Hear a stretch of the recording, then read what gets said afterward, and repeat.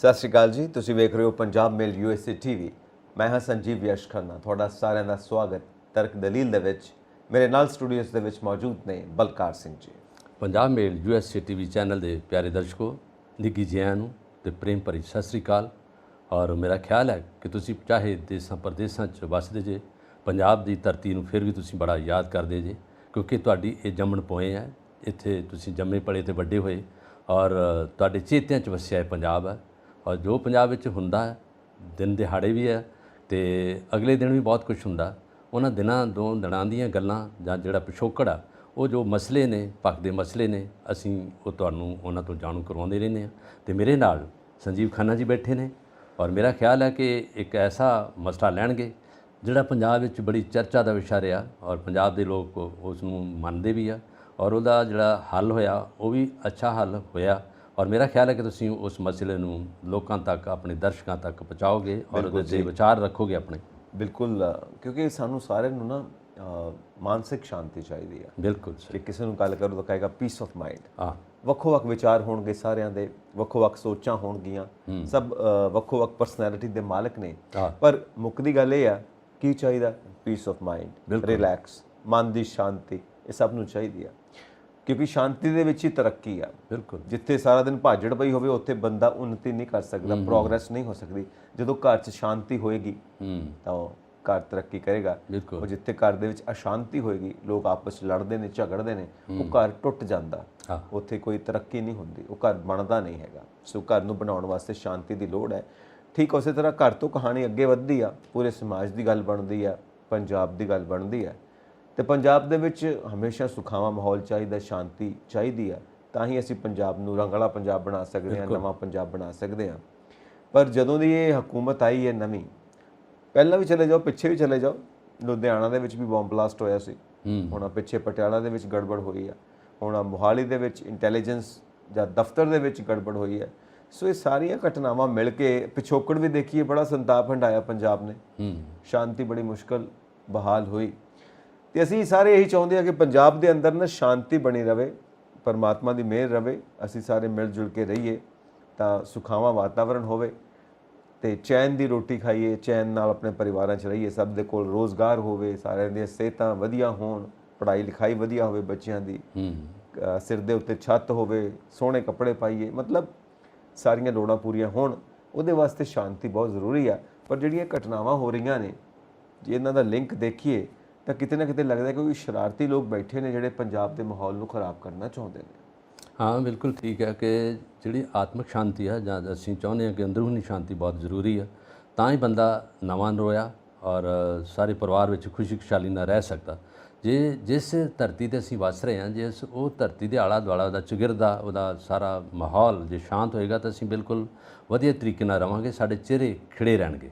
ਪਰ ਜਦੋਂ ਇੱਕ ਜਿਹੜੀ ਪ੍ਰਬੰਧਕ ਢਾਂਚਾ ਵਾ, ਜਿਹਨੇ ਸਾਰੇ ਪੰਜਾਬ ਨੂੰ ਲੈ ਕੇ ਅੱਗੇ ਤੁਰਨਾ, ਮਾਰਗਦਰਸ਼ਨ ਦੇਣਾ, ਜੇ ਉਹੀ ਕਿਸੇ ਧੁੰਦਲੇ ਰਾਹ 'ਤੇ ਪੈ ਜਾਏ ਜਾਂ ਉਹਨੂੰ ਕੋਈ ਕਲੀਅਰ ਨਾ ਹੋਵੇ ਵੀ ਕਿੱਧਰੋਂ ਕੀ ਹੋ ਰਿਹਾ, ਔਰ ਉਹਦੇ 'ਚ ਆਮ ਨਾਗਰਿਕ ਤਾਂ ਕੁਛ ਨਹੀਂ ਕਰੂਗਾ। ਆਮ ਨਾਗਰਿਕ ਤਾਂ ਕੰਮ ਕਰੂਗਾ, ਤਾਂ ਕੰਮ ਕਰਕੇ ਮਿਹਨਤ ਕਰਕੇ ਆਪਣੇ ਪੰਜਾਬ ਦੇ ਲੋਕਾਂ ਨੂੰ ਪਾਲੂਗਾ। ਇਹ ਤਾਂ ਲੋਕਾਂ ਦੀ ਜਾਂ ਆਪਣੇ ਪਰਿਵਾਰ ਨੂੰ ਪਾਲਣ ਦੀ ਇੱਕ ਪ੍ਰਥਾ।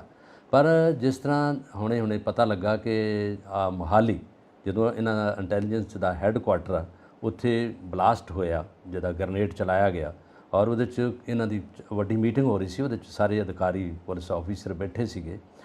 ਰਹੀ ਗੱਲ ਇੰਟੈਲੀਜੈਂਸ ਦਾ, ਮਤਲਬ ਇਹੀ ਹੈ ਕਿ ਜਿੱਥੇ ਜਿਨ੍ਹਾਂ ਨੂੰ ਸਾਰਾ ਪਤਾ ਹੁੰਦਾ ਕਿ ਕਿਹੜੀ ਨੁਕਰੇ ਕੀ ਹੋ ਰਿਹਾ ਔਰ ਕੀ ਹੋਣ ਵਾਲਾ, ਇਹਨਾਂ ਦਾ ਮਸਲਾ ਇਹੀ ਹੁੰਦਾ। ਔਰ ਇਹ ਵਹਿੰਦੇ ਰਹਿੰਦੇ, ਸਾਰੀ ਦਿਹਾੜੀ ਦੇਖਦੇ ਆ, ਵਾਚ ਕਰਦੇ ਕਿਹਦੀ ਮੂਵਮੈਂਟ ਕੀ ਹੈ, ਕਿਹਨੇ ਕਿੱਧਰ ਜਾਣਾ। ਈਵਨ ਪਾਰਟੀਆਂ ਤੱਕ ਵੀ ਇਹਨਾਂ ਦਾ ਪਤਾ ਹੁੰਦਾ, ਇੰਟੈਲੀਜੈਂਸ ਇਹ ਕੰਮ ਕਰਦੀ ਹੈ।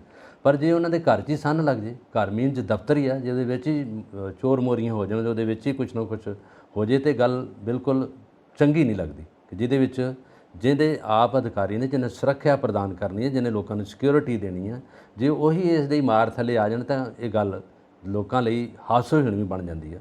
ਪਰ ਜਦੋਂ ਤੱਕ ਇਹ ਹੋ ਗਿਆ, ਤੋੜ ਭੰਨ ਹੋਈ, ਉੱਥੇ ਚੱਲਿਆ ਸਾਰਾ ਕੁਛ। ਇਹਨਾਂ ਨੇ ਕਿਹਾ ਕਿ ਰਾਕਟ ਜਿਹੜਾ ਲਾਂਚਰ ਚਲਾਇਆ, ਜਿਹਦੇ 'ਚ ਉਹਨਾਂ ਨੇ ਗ੍ਰੇਨੇਡ ਚਲਾਇਆ, ਉਹਦੇ ਵਿੱਚ ਜਿਹੜਾ ਬੂਸਟ ਕਰਨ ਵਾਲਾ ਉਹ ਅਸੀਂ ਫੜ ਲਿਆ ਔਰ ਉਹਦੇ 'ਚ ਕੁਝ ਸ਼ੱਕੀ ਵਿਅਕਤੀ ਵੀ ਫੜੇ ਆ, ਜਿਹਦੇ ਵਿੱਚ ਉਹਨਾਂ ਨੇ ਲੋਕੇਸ਼ਨ ਤੈਅ ਵੀ ਕੀਤੀ ਕਿੱਧਰੋਂ ਕੀ ਹੋਇਆ। ਔਰ ਰਿੰਦਾ ਇੱਕ ਮੁੰਡਾ ਜਿਹੜਾ ਉਸ ਇੱਕ ਜਥੇ ਨੂੰ ਚਲਾ ਰਿਹਾ, ਉਹ ਆਂਦੇ ਪਾਕਿਸਤਾਨ 'ਚ ਬੈਠਾ, ਉਹਦੇ ਹੋਰ ਸਾਥੀ ਜਿਹੜੇ ਇੱਥੇ ਪੰਜਾਬ 'ਚ ਬੈਠੇ ਆ ਔਰ ਇਹ ਦੇਖ ਲਓ ਕਿ ਹੁਣ ਇਹਨਾਂ ਨੇ ਸਾਰੀ ਫਰਿਸ਼ਤ ਬਣਾਤੀ ਹੈ, ਇੱਕ ਬੜੀ ਵੱਡੀ ਰਾਮ ਕਹਾਣੀ ਬਣਾਤੀ। ਹੁਣ ਦੇਖ ਲਓ ਕਿ ਆਹ ਬੰਦੇ ਹੈਗੇ, ਕਿਉਂ ਨਾ ਇਹ ਪਹਿਲੋਂ ਪਤਾ ਲੱਗਾ ਕਿ ਰਿੰਦਾ ਕਿੱਥੇ ਬੈਠਾ, ਕਿਹੜੇ ਤਰਨ ਤਾਰਨ ਤੋਂ ਜਾਂਦਾ ਤੇ ਕਿਹੜੇ ਬਾਰਡਰ ਤੋਂ ਲੰਘਦਾ। ਹੁਣ ਜਦੋਂ ਕਿ ਜਿਹੜੀ ਚੀਜ਼ ਹੁਣ ਬਹੁਤ ਲੋਕਾਂ ਦਾ, ਸਿਆਸਤਦਾਨਾਂ ਦਾ ਤੇ ਜਿਹੜੇ ਬੰਦੇ ਇੰਟੈਲੈਕਚੁਅਲ ਲੋਕ ਨੇ ਜਾਂ ਜਿਹੜੇ ਡਿਫੈਂਸ ਦੇ ਐਕਸਪਰਟ ਨੇ, ਉਹਨਾਂ ਨੇ ਕਿਹਾ ਕਿ ਜੇ ਪਹਿਲੋਂ ਕਿਉਂ ਨਹੀਂ ਇਸ ਬਾਰੇ ਪਤਾ ਲੱਗਿਆ। ਕਈ ਡਿਫੈਂਸ ਦੇ ਐਕਸਪਰਟ ਇਹ ਕਹਿ ਰਹੇ ਆ ਕਿ ਜੇ ਇਹ ਗੱਲਾਂ ਹੁਣ ਦੱਸ ਰਹੇ ਆ ਕਿ ਪਾਕਿਸਤਾਨ 'ਚ ਬੈਠਾ ਤੇ ਉੱਥੋਂ ਉਹਨੇ ਮੂਵਮੈਂਟ ਚਲਾਈ ਹੈ, ਆਹ ਕੀਤਾ। ਹੁਣ ਜੇ ਅਸੀਂ ਇਹ ਗੱਲ ਕਰੀਏ, ਜੇ ਨਸ਼ਾ ਆਉਂਦਾ ਤਾਂ ਆਪਾਂ ਕਹਿੰਦੇ ਆ ਅਫਗਾਨਿਸਤਾਨ ਤੋਂ ਆਇਆ ਪਾਕਿਸਤਾਨ 'ਚ ਆ ਰਿਹਾ, ਪਾਕਿਸਤਾਨ ਦੇ ਰਾਹੀਂ ਇੱਥੇ ਆ ਰਿਹਾ, ਔਰ ਉੱਧਰੋਂ ਆ ਰਹੀ ਹੈ ਫੀਮ ਆ ਰਹੀ ਹੈ, ਰਾਜਸਥਾਨ ਤੋਂ ਆ ਰਹੀ ਹੈ, ਪੰਜਾਬ 'ਚ ਆ ਰਹੀ ਹੈ। ਕਿਉਂ ਨਹੀਂ ਇਹ ਦੇਖਦੇ ਕਿ ਜਦੋਂ ਹਿਮਾਚਲ 'ਚ ਵੀ ਬਣ ਰਹੀ ਹੈ, ਪੰਜਾਬ ਦੇ ਵਿੱਚ ਵੀ ਜਾਂ ਚਿੱਟਾ ਬਣਦਾ ਹੈਗਾ, ਕੈਮੀਕਲ ਵੀ ਹੈਗੇ ਆ, ਉਹ ਕਿੱਥੋਂ ਆ ਰਿਹਾ? ਅਸੀਂ ਕਈ ਵਾਰੀ ਬਾਹਰ ਸੁੱਟਦੇ ਨੇ ਇਸ ਚੀਜ਼। ਜਿਹੜੀ ਗੱਲ ਤੁਹਾਡੇ ਘਰ 'ਚ ਹੈਗੀ ਤੁਸੀਂ ਕਹਿੰਦੇ ਨਹੀਂ ਆ ਗੁਆਂਢੀਆਂ ਨੇ ਸੁੱਟੀ ਯਾਰ ਇੱਧਰ ਕੰਧਵਾਲ ਦੀ। ਇਹ ਚੀਜ਼ਾਂ ਸਾਡੇ 'ਚ ਅੱਜ ਨਹੀਂ, ਇਹ ਪਹਿਲੋਂ ਹੀ ਘਰ ਕਰ ਗਈਆਂ, ਸਾਡੀ ਸੋਚ ਦੇ ਅੰਦਰ ਆ ਗਈਆਂ। ਅਸੀਂ ਉੱਦਾਂ ਦੀ ਕਲਪਨਾ ਦੀ ਉਡਾਰੀ ਮਾਰ ਕੇ ਗੱਲ ਕਰ ਦਿੰਦੇ ਨੇ, ਆ ਯਾਰ ਸਾਨੂੰ ਫਲਾਣੇ ਨੇ ਕੀਤਾ। ਇਹ ਗੱਲਾਂ ਜਿਹੜੀਆਂ ਫਿਰ ਸਾਹਮਣੇ ਆਉਂਦੀਆਂ ਤਾਂ ਉਦੋਂ ਸੱਚ ਨਹੀਂ ਰਹਿੰਦਾ, ਇਹਦੇ ਵਿੱਚੋਂ ਕਈ ਝੂਠ ਦੇ ਪਲੰਦੇ ਨਿਕਲ ਆਉਂਦੇ ਆ। ਇਹ ਚੀਜ਼ਾਂ ਜਿਹੜੀਆਂ ਆਫੀਸਰ ਸਾਹਿਬਾਨ ਨੂੰ ਵੀ ਕਹਿ ਦਿੰਦੇ ਆ, ਪ੍ਰਿੰਟ ਮੀਡੀਆ ਨੂੰ ਵੀ ਦੇ ਦਿੰਦੇ ਆ, ਉਹ ਗੱਲਾਂ ਕਰਦੇ ਜੋ ਬਿਆਨ ਦਿੰਦੇ ਆ। ਔਰ ਇਹ ਗੱਲਾਂ ਦੇ ਪਿੱਛੇ ਕੋਈ ਵੀ ਗੱਲ ਜਿਹੜੀ ਆ ਜਿਹਦੇ ਵਿੱਚ ਉਹ ਜਾਂਦੇ ਸੋਲਿਡਨੈਸ ਨਹੀਂ ਹੁੰਦੀ ਗੱਲ, ਉਹਦੇ ਵਿੱਚ ਖੋਖਲਾਪਨ ਨਜ਼ਰ ਆਉਂਦਾ ਕਿ ਇਹ ਕੀ ਗੱਲ ਹੋ ਗਈ। ਕਿ ਜਦੋਂ ਉੱਥੇ ਤਾਂ ਚੱਲ ਗਿਆ, ਉਹਦੇ ਅੰਦਰ ਬੈਠੇ ਆ, ਉਦੋਂ ਬਾਅਦ ਜਿੱਥੇ ਹੁੰਦਾ ਕੰਮ, ਜੇ ਕਿਤੇ ਤੁਸੀਂ ਸਮਝ ਲਓ ਕਿਤੇ ਲੜਾਈ ਹੋ ਰਹੀ, ਸਭ ਕਿਤੇ ਪੁਲਿਸ ਬਾਅਦ 'ਚ ਆਉਂਦੀ ਹੈ। ਪੁਲਿਸ ਉਦੋਂ ਨਹੀਂ ਆਉਂਦੀ ਜਦੋਂ ਕੋਈ ਹੋ ਰਿਹਾ। ਕਿਉਂ ਨਹੀਂ ਪਤਾ ਉਹਨਾਂ ਨੂੰ? ਜਦੋਂ ਥਾਣਾ ਉੱਥੇ ਆ, SHO ਸਾਹਿਬ ਉੱਥੇ ਬੈਠੇ ਆ, ਅਧਿਕਾਰੀ ਘੁੰਮ ਰਹੇ ਆ, ਜਦੋਂ ਵੱਢ ਫੱਟ ਹੋ ਜਾਂਦੀ ਉਦੋਂ ਪੁਲਿਸ ਆ ਜਾਂਦੀ। ਇਹ ਗੱਲਾਂ ਨਹੀਂ ਨੇਪਰੇ ਚੜ੍ਹਦੀਆਂ ਤੇ ਨਹੀਂ ਸਿਕਿਉਰਿਟੀ ਜਿਹੜੀ ਹੈ ਉਹਨੂੰ ਚਾਹੀਦਾ, ਚਾਹੇ ਜਾਨ ਦੀ ਬਾਜੀ ਲਾ ਦੇਣ ਜਾਂ ਕੁਛ ਕਰ ਦੇਣ, ਤਨਖਾਹ ਦੇ ਰਹੀ ਹੈ ਗੌਰਮੈਂਟ, ਪੈਸਾ ਦੇ ਰਹੀ ਹੈ, ਕਾਹਦੇ ਲਈ ਦੇ ਰਹੀ ਹੈ? ਡਿਊਟੀ ਲਈ ਦੇ ਰਹੀ ਹੈ। ਡਿਫੈਂਸ ਦੇ ਦੇਖ ਲਓ ਆਫੀਸਰ ਸਰਹੱਦਾਂ ਦੇ ਤਣੇ ਰਹਿੰਦੇ ਉੱਥੇ, ਬੈਠੇ ਰਹਿੰਦੇ ਉੱਥੇ ਕਿ ਇੱਧਰੋਂ ਕੀ ਆ ਰਿਹਾ, ਕੈਮੋਫਲਾਈ ਆ ਰਹੀ ਹੈ, ਕੋਈ ਦੁਸ਼ਮਣ ਦਾ ਜੈਟ ਕਿੱਧਰੋਂ ਆ ਰਿਹਾ, ਕਿੱਧਰ ਦੀ ਲੰਘ ਰਿਹਾ, ਕਿੱਧਰ ਦੀ ਰੈਕੀ ਹੋ ਰਹੀ ਹੈ, ਕਿੱਧਰ ਦੀ ਗੱਡੀਆਂ ਲੰਘੀਆਂ, ਦੇਖਦੇ ਹੋ। ਰਾਤ ਦਿਨ ਦੀ ਡਿਊਟੀ ਉਹਨਾਂ ਦੀ 24 ਆਵਰ ਸਾਰਾ ਕੁਝ ਹੈਗਾ। ਇੱਥੇ ਦੇਖੋ ਆ ਕੇ ਚੌਂਕਾਂ 'ਚ ਜੇ ਖਲੋਤੇ ਵੀ ਹੈਗੇ ਤਾਂ ਵਿੱਚੋਂ ਦੀ ਗੱਡੀਆਂ ਨਿਕਲ ਜਾਂਦੀਆਂ, ਨਸ਼ਾ ਨਿਕਲ ਜਾਂਦਾ, ਸਾਰਾ ਕੁਝ ਹੁੰਦਾ, ਬਾਅਦ 'ਚ ਪਤਾ ਲੱਗਦਾ। ਤੇ ਜੇ ਫੜਿਆ ਗਿਆ ਤਾਂ ਤੂੰ ਪੁੱਛ ਲੈਂਦੇ ਵੀ ਕੀ ਕਿੰਨਾ ਕਰੇਗਾ ਤੇ ਤੇਰਾ ਅਸੀਂ ਇੱਧਰ ਉੱਧਰ ਕਰ ਦਾਂਗੇ। ਇਸ ਕਰਕੇ ਸਿਕਿਉਰਿਟੀ 'ਚ ਤੇ ਜਿਹੜੀ ਸਾਡੇ ਜਿਹੜੀਆਂ ਚੀਜ਼ਾਂ ਜਿਸ 'ਚ ਅਸੀਂ ਸਤਰਕ ਰਹਿਣਾ, ਜਿਸ 'ਚ ਅਸੀਂ ਅਲਰਟ ਰਹਿਣਾ, ਉਹ ਸਿਕਿਉਰਿਟੀ ਦੇ ਵਿੱਚ ਇਹ ਗੱਲਾਂ ਵਿੱਚੋਂ ਖੋਖਲਾਪਨ ਨਜ਼ਰ ਆ ਰਿਹਾ। ਹੁਣ ਇਹ ਦੇਖ ਲਓ ਕਿੰਨੇ ਵੱਡੇ ਮਸਲੇ ਆ ਰਹੇ। ਹੁਣ ਜੇ ਅਸੀਂ ਬਾਹਰ ਦੇ ਸਾਡੇ ਜਿਹੜੇ ਪ੍ਰਵਾਸੀ ਭਾਰਤੀ ਬੈਠੇ ਉਹ ਵੀ ਇਸ ਗੱਲ 'ਤੇ ਤਾਂ ਹੱਸਦੇ ਹੋਣਗੇ ਵੀ ਵੇਖੋ ਇੰਟੈਲੀਜੈਂਸ ਦੇ ਜਾ ਕੇ ਗ੍ਰਨੇਡ ਚਲਾਤਾ ਤੇ ਹੁਣ ਇਹਨਾਂ ਨੇ ਕਹਿਤਾ ਰਿੰਦਾ ਪਾਕਿਸਤਾਨ ਬੈਠਾ ਹੋਣਗੇ, ਉਹਨੂੰ ਕਿੰਨੇ ਫੜਨਾ? ਉਹਦੇ 'ਚ ਸ਼ੱਕੀ 4 ਬੰਦੇ ਫੜਨਗੇ। ਹੁਣ ਉਹ ਵਿਚਾਰੇ ਕਈ ਬੰਦੇ ਉਹਨਾਂ 'ਤੇ ਪਰਚਾ ਦਰਜ ਕਰਨਾ। ਜਦੋਂ ਕਿਤੇ ਕਿਸੇ ਪਿੰਡ 'ਚ ਕੋਈ ਚੋਰੀ ਹੁੰਦੀ ਹੈ, ਜਦੋਂ ਸੰਨ ਲੱਗ ਜਾਂਦੀ ਹੈ, ਬੜੀ ਪੁਰਾਣੀ ਜ਼ਮਾਨੇ ਦੀ ਗੱਲ, ਉਦੋਂ ਖੁਰਾ ਨੱਪਿਆ ਜਾਂਦਾ ਸੀ। ਉਹਦੇ ਵਿੱਚ ਜਿਹੜੇ ਖੁਰਾ ਨੱਪਣ ਵਾਲੇ ਬੰਦੇ ਹੁੰਦੇ ਸੀ, ਜਿਹੜੇ ਬੰਦੇ ਦੇ ਪੈਰ ਹੁੰਦੇ ਸੀਗੇ ਨਾ, ਉਹਦੇ ਉੱਤੇ ਬਾਲਟਾ ਰੱਖਿਆ ਜਾਂਦਾ ਹੈਗਾ ਤੇ ਉਹਦਾ ਪੈਰ ਰੱਖਿਆ ਜਾਂਦਾ, ਫਿਰ ਪੈਰ 'ਤੇ ਪੈਰ ਰੱਖ ਕੇ ਜਿਨ੍ਹਾਂ 'ਤੇ ਸ਼ੱਕ ਹੁੰਦਾ ਉਹ ਫੜ ਦਿੰਦੇ ਬੰਦਿਆਂ ਨੂੰ। ਇਹ ਉਦੋਂ ਦੀ ਟੈਕਨੀਕ ਆ। ਪਰ ਹੁਣ ਇਸ ਵੇਲੇ ਜਦੋਂ ਆਪਾਂ ਦੇਖ ਰਹੇ ਹਾਂ ਕਿ ਜਿਹਦੇ ਵਿੱਚ ਇਹ ਦੱਸਦੇ ਆ ਕਿ ਬੰਦਾ ਜਿਹੜੇ ਉਹ ਬੰਦੇ ਸ਼ੱਕੀ ਫੜੇ ਜਾਂਦੇ ਆ, ਹੁਣ ਉਹਨਾਂ 'ਤੇ ਮੁਕੱਦਮੇ ਚੱਲਣਗੇ। ਉਹਦੇ ਬਾਅਦ ਇੱਕ ਗੱਲ ਹੈਗੀ ਅਜੇ ਤੱਕ, ਜਿੰਨੇ ਬੰਦੇ ਫੜੇ ਜਾਂਦੇ ਆ, ਚਾਹੇ ਉਹ ਪੋਲੀਟੀਕਲ ਹੋਏ ਜਾਂ ਜਿੱਥੇ ਵੀ ਉਹਨਾਂ 'ਤੇ ਕੋਈ ਇਸ ਤਰ੍ਹਾਂ ਦੀ FIR ਲੌਜ ਹੁੰਦੀ ਹੈ, ਉਦੋਂ ਤੱਕ ਹੈਗਾ ਕਿ ਮੁਕੱਦਮਾ ਹੋ ਗਿਆ ਜੀ, ਸੈਸ਼ਨ ਕੋਰਟ ਚਲ ਗਿਆ, ਮੁੜ ਕੇ ਨਹੀਂ ਪਤਾ ਲੱਗਾ, ਫਾਲੋ ਅਪ ਨਹੀਂ ਕਰਦਾ ਵੀ ਕੌਣ ਬੰਦੇ ਨੂੰ ਕਿੰਨੀ ਸਜ਼ਾ ਹੋਈ ਹੈ, ਉਦੋਂ ਤੱਕ ਰੌਲਾ ਪੈਂਦਾ। ਇਹ ਹੈ ਸਾਡਾ ਸ਼ਾਸਨ, ਇਹ ਹੈ ਸਾਡੀ ਸਿਕਿਉਰਿਟੀ, ਇਹ ਹੈ ਸਾਡਾ ਸਾਰਾ ਜਿਹੜੇ ਪੁਆਇੰਟ ਜਿਹੜੇ ਆਪਾਂ ਡਿਸਕਸ ਕਰ ਰਹੇ ਹਾਂ। ਗੱਲ ਇਹ ਹੈ ਨਾ ਕਿ ਜੇ ਤੁਸੀਂ ਇਹ ਸਾਰੇ ਬਿੰਦੂ ਮਿਲਾਣੇ ਸ਼ੁਰੂ ਕਰੋ, ਡਾਟਸ ਮਿਲਾਣੇ ਸ਼ੁਰੂ ਕਰੋ, ਤਾਂ ਤੁਹਾਨੂੰ ਕਈ ਵਾਰੀ ਵੀ ਲੱਗਦਾ ਕਿ ਇਹ ਇੱਕੋ ਹੀ ਗਰੁੱਪ ਹੈ ਜਿਹੜਾ ਐਕਟੀਵੇਟ ਆ, ਜਿਹੜਾ ਟਾਈਮ ਦੇ ਉੱਤੇ ਹਰ ਥਾਂ ਦੇ ਉੱਤੇ ਕੋਈ ਨਾ ਕੋਈ ਵਾਰਦਾਤ ਕਰਦਾ, ਜਿਸ ਨਾਲ ਪੰਜਾਬ ਦਾ ਮਾਹੌਲ ਜਿਹੜਾ ਉਹਦੇ ਵਿੱਚ ਗੜਬੜ ਪੈਦਾ ਹੋ ਜਾਏ। ਪਤਾ ਨਹੀਂ ਇਹ ਕੋਈ ਪੋਲੀਟੀਕਲ ਲਾਹਾ ਲੈਣਾ ਚਾਹੁੰਦੇ ਨੇ ਕਿ ਪੰਜਾਬ ਦੇ ਮਾਹੌਲ ਨੂੰ ਇੱਦਾਂ ਦਿਖਾਇਆ ਜਾਵੇ, ਬਾਅਦ ਦੇ ਵਿੱਚ ਅਸੀਂ ਜਿਹੜੇ ਆਪਣੇ ਮਨਸੂਬੇ ਪੂਰੇ ਕਰਨਾ ਚਾਹੁੰਦੇ ਆ ਸਿਆਸੀ ਤੌਰ ਤੇ ਅਸੀਂ ਉਹ ਕਰ ਸਕੀਏ। ਇਹ ਵੀ ਹੋ ਸਕਦਾ। ਦੂਜੀ ਗੱਲ ਇਹ ਵੀ ਹੋ ਸਕਦੀ ਹੈ ਕਿ ਕੋਈ ਵਾਕਈ ਸ਼ਰਾਰਤੀ ਲੋਕ ਨੇ ਜਿਹੜੇ ਪੰਜਾਬ ਦੇ ਵਿੱਚ ਸ਼ਾਂਤੀ ਨਹੀਂ ਦੇਖਣਾ ਚਾਹੁੰਦੇ, ਸੁਖਾਵਾਂ ਮਾਹੌਲ ਨਹੀਂ ਵੇਖਣਾ ਚਾਹੁੰਦੇ, ਉਹ ਆਪਣੇ ਲੋਕਾਂ ਦੇ ਥਰੂ ਇਹ ਕੰਮ ਕਰਦੇ ਨੇ। ਇਹ ਵੀ ਹੋ ਸਕਦਾ। ਤੀਜਾ ਇਹ ਹੈ ਜਿਹੜਾ ਇਹ ਪਾਕਿਸਤਾਨ ਦੇ ਵਿੱਚ ਰਿੰਦਾ ਬੈਠਾ, ਹੁਣ ਉਹਦੀ ਗੱਲ ਕਰ ਰਹੇ ਨੇ। ਹੁਣ ਇੱਕ ਛੋਟਾ ਜਿਹਾ ਫਾਰਮੂਲਾ ਜਿਹੜੇ ਸਾਡੇ ਐਕਸਪਰਟ ਮੰਨਦੇ ਨੇ ਕਿ ਪੁਰਾਣੇ ਟਾਈਮ ਤੋਂ ਚੱਲਿਆ ਆ ਰਿਹਾ ਹੈ, ਜਦੋਂ ਕੋਈ ਸੂਹ ਨਾ ਮਿਲੇ, ਜਦੋਂ ਕੋਈ ਰਾਹ ਨਾ ਲੱਭੇ ਤਾਂ ਫੌਰਨ ਦੇ ਵਿੱਚ ਕੋਈ ਬੰਦਾ ਬੈਠਾ ਜੀ, ਵਿਦੇਸ਼ੀ ਤਾਕਤਾਂ ਦਾ ਇਹਦੇ 'ਚ ਹੱਥ ਹੈ ਜੀ, ਕੁਝ ਨਾ ਕੁਝ ਕਰਕੇ ਕੇਸ ਨਿਪਟਾ ਦਿਓ, ਲਾਂਭੇ ਕਰ ਦਿਓ, ਤਾਂ ਕਿ ਸਾਨੂੰ ਵੀ ਇਹ ਗੱਲ ਕਹਿਣ ਦਾ ਮੌਕਾ ਮਿਲ ਜਾਵੇ ਕਿ ਅਸੀਂ ਕੇਸ ਸੋਲਵ ਕਰ ਦਿੱਤਾ।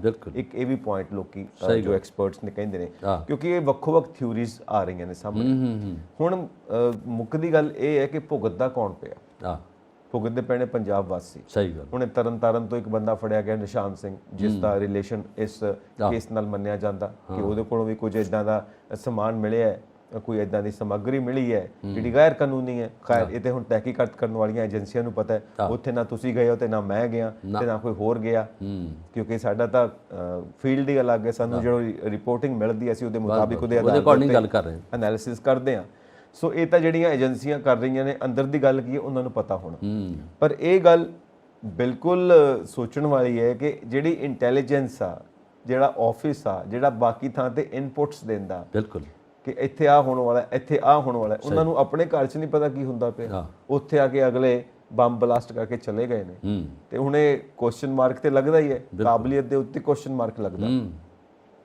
ਸਾਡਾ ਪੁਰਾਣਾ ਇੱਕ ਰਾਜਨੀਤੀ ਕਰਨ ਵਾਲਾ ਬੜਾ ਪਪੂਲਰ ਬੰਦਾ ਹੈ ਜਿਹਨੂੰ ਅਸੀਂ ਚਾਣਕ ਦੇ ਨਾਂ ਤੋਂ ਜਾਣਦੇ ਹਾਂ। ਚਾਣਕ ਕਦੀ ਵੀ ਇਸ ਚੀਜ਼ ਨੂੰ ਮਾਫ ਨਹੀਂ ਕਰਦਾ। ਉਹ ਕਹਿੰਦਾ ਤੁਸੀਂ ਬਾਅਦ ਚ ਕਹੋ ਫਲਾਣੇ ਨੇ ਮੈਨੂੰ ਧੋਖਾ ਦਿੱਤਾ, ਫਲਾਣੇ ਰਾਜੇ ਨੇ ਮੈਨੂੰ ਧੋਖਾ ਦਿੱਤਾ, ਫਲਾਣੇ ਬੰਦੇ ਨੇ ਮੈਨੂੰ ਧੋਖਾ ਦਿੱਤਾ। ਤੇਰੀ ਆਪਣੀ ਅਕਲ ਕਿੱਥੇ ਗਈ ਸੀ? ਤੂੰ ਧੋਖਾ ਖਾਦਾ ਕਿਉਂ?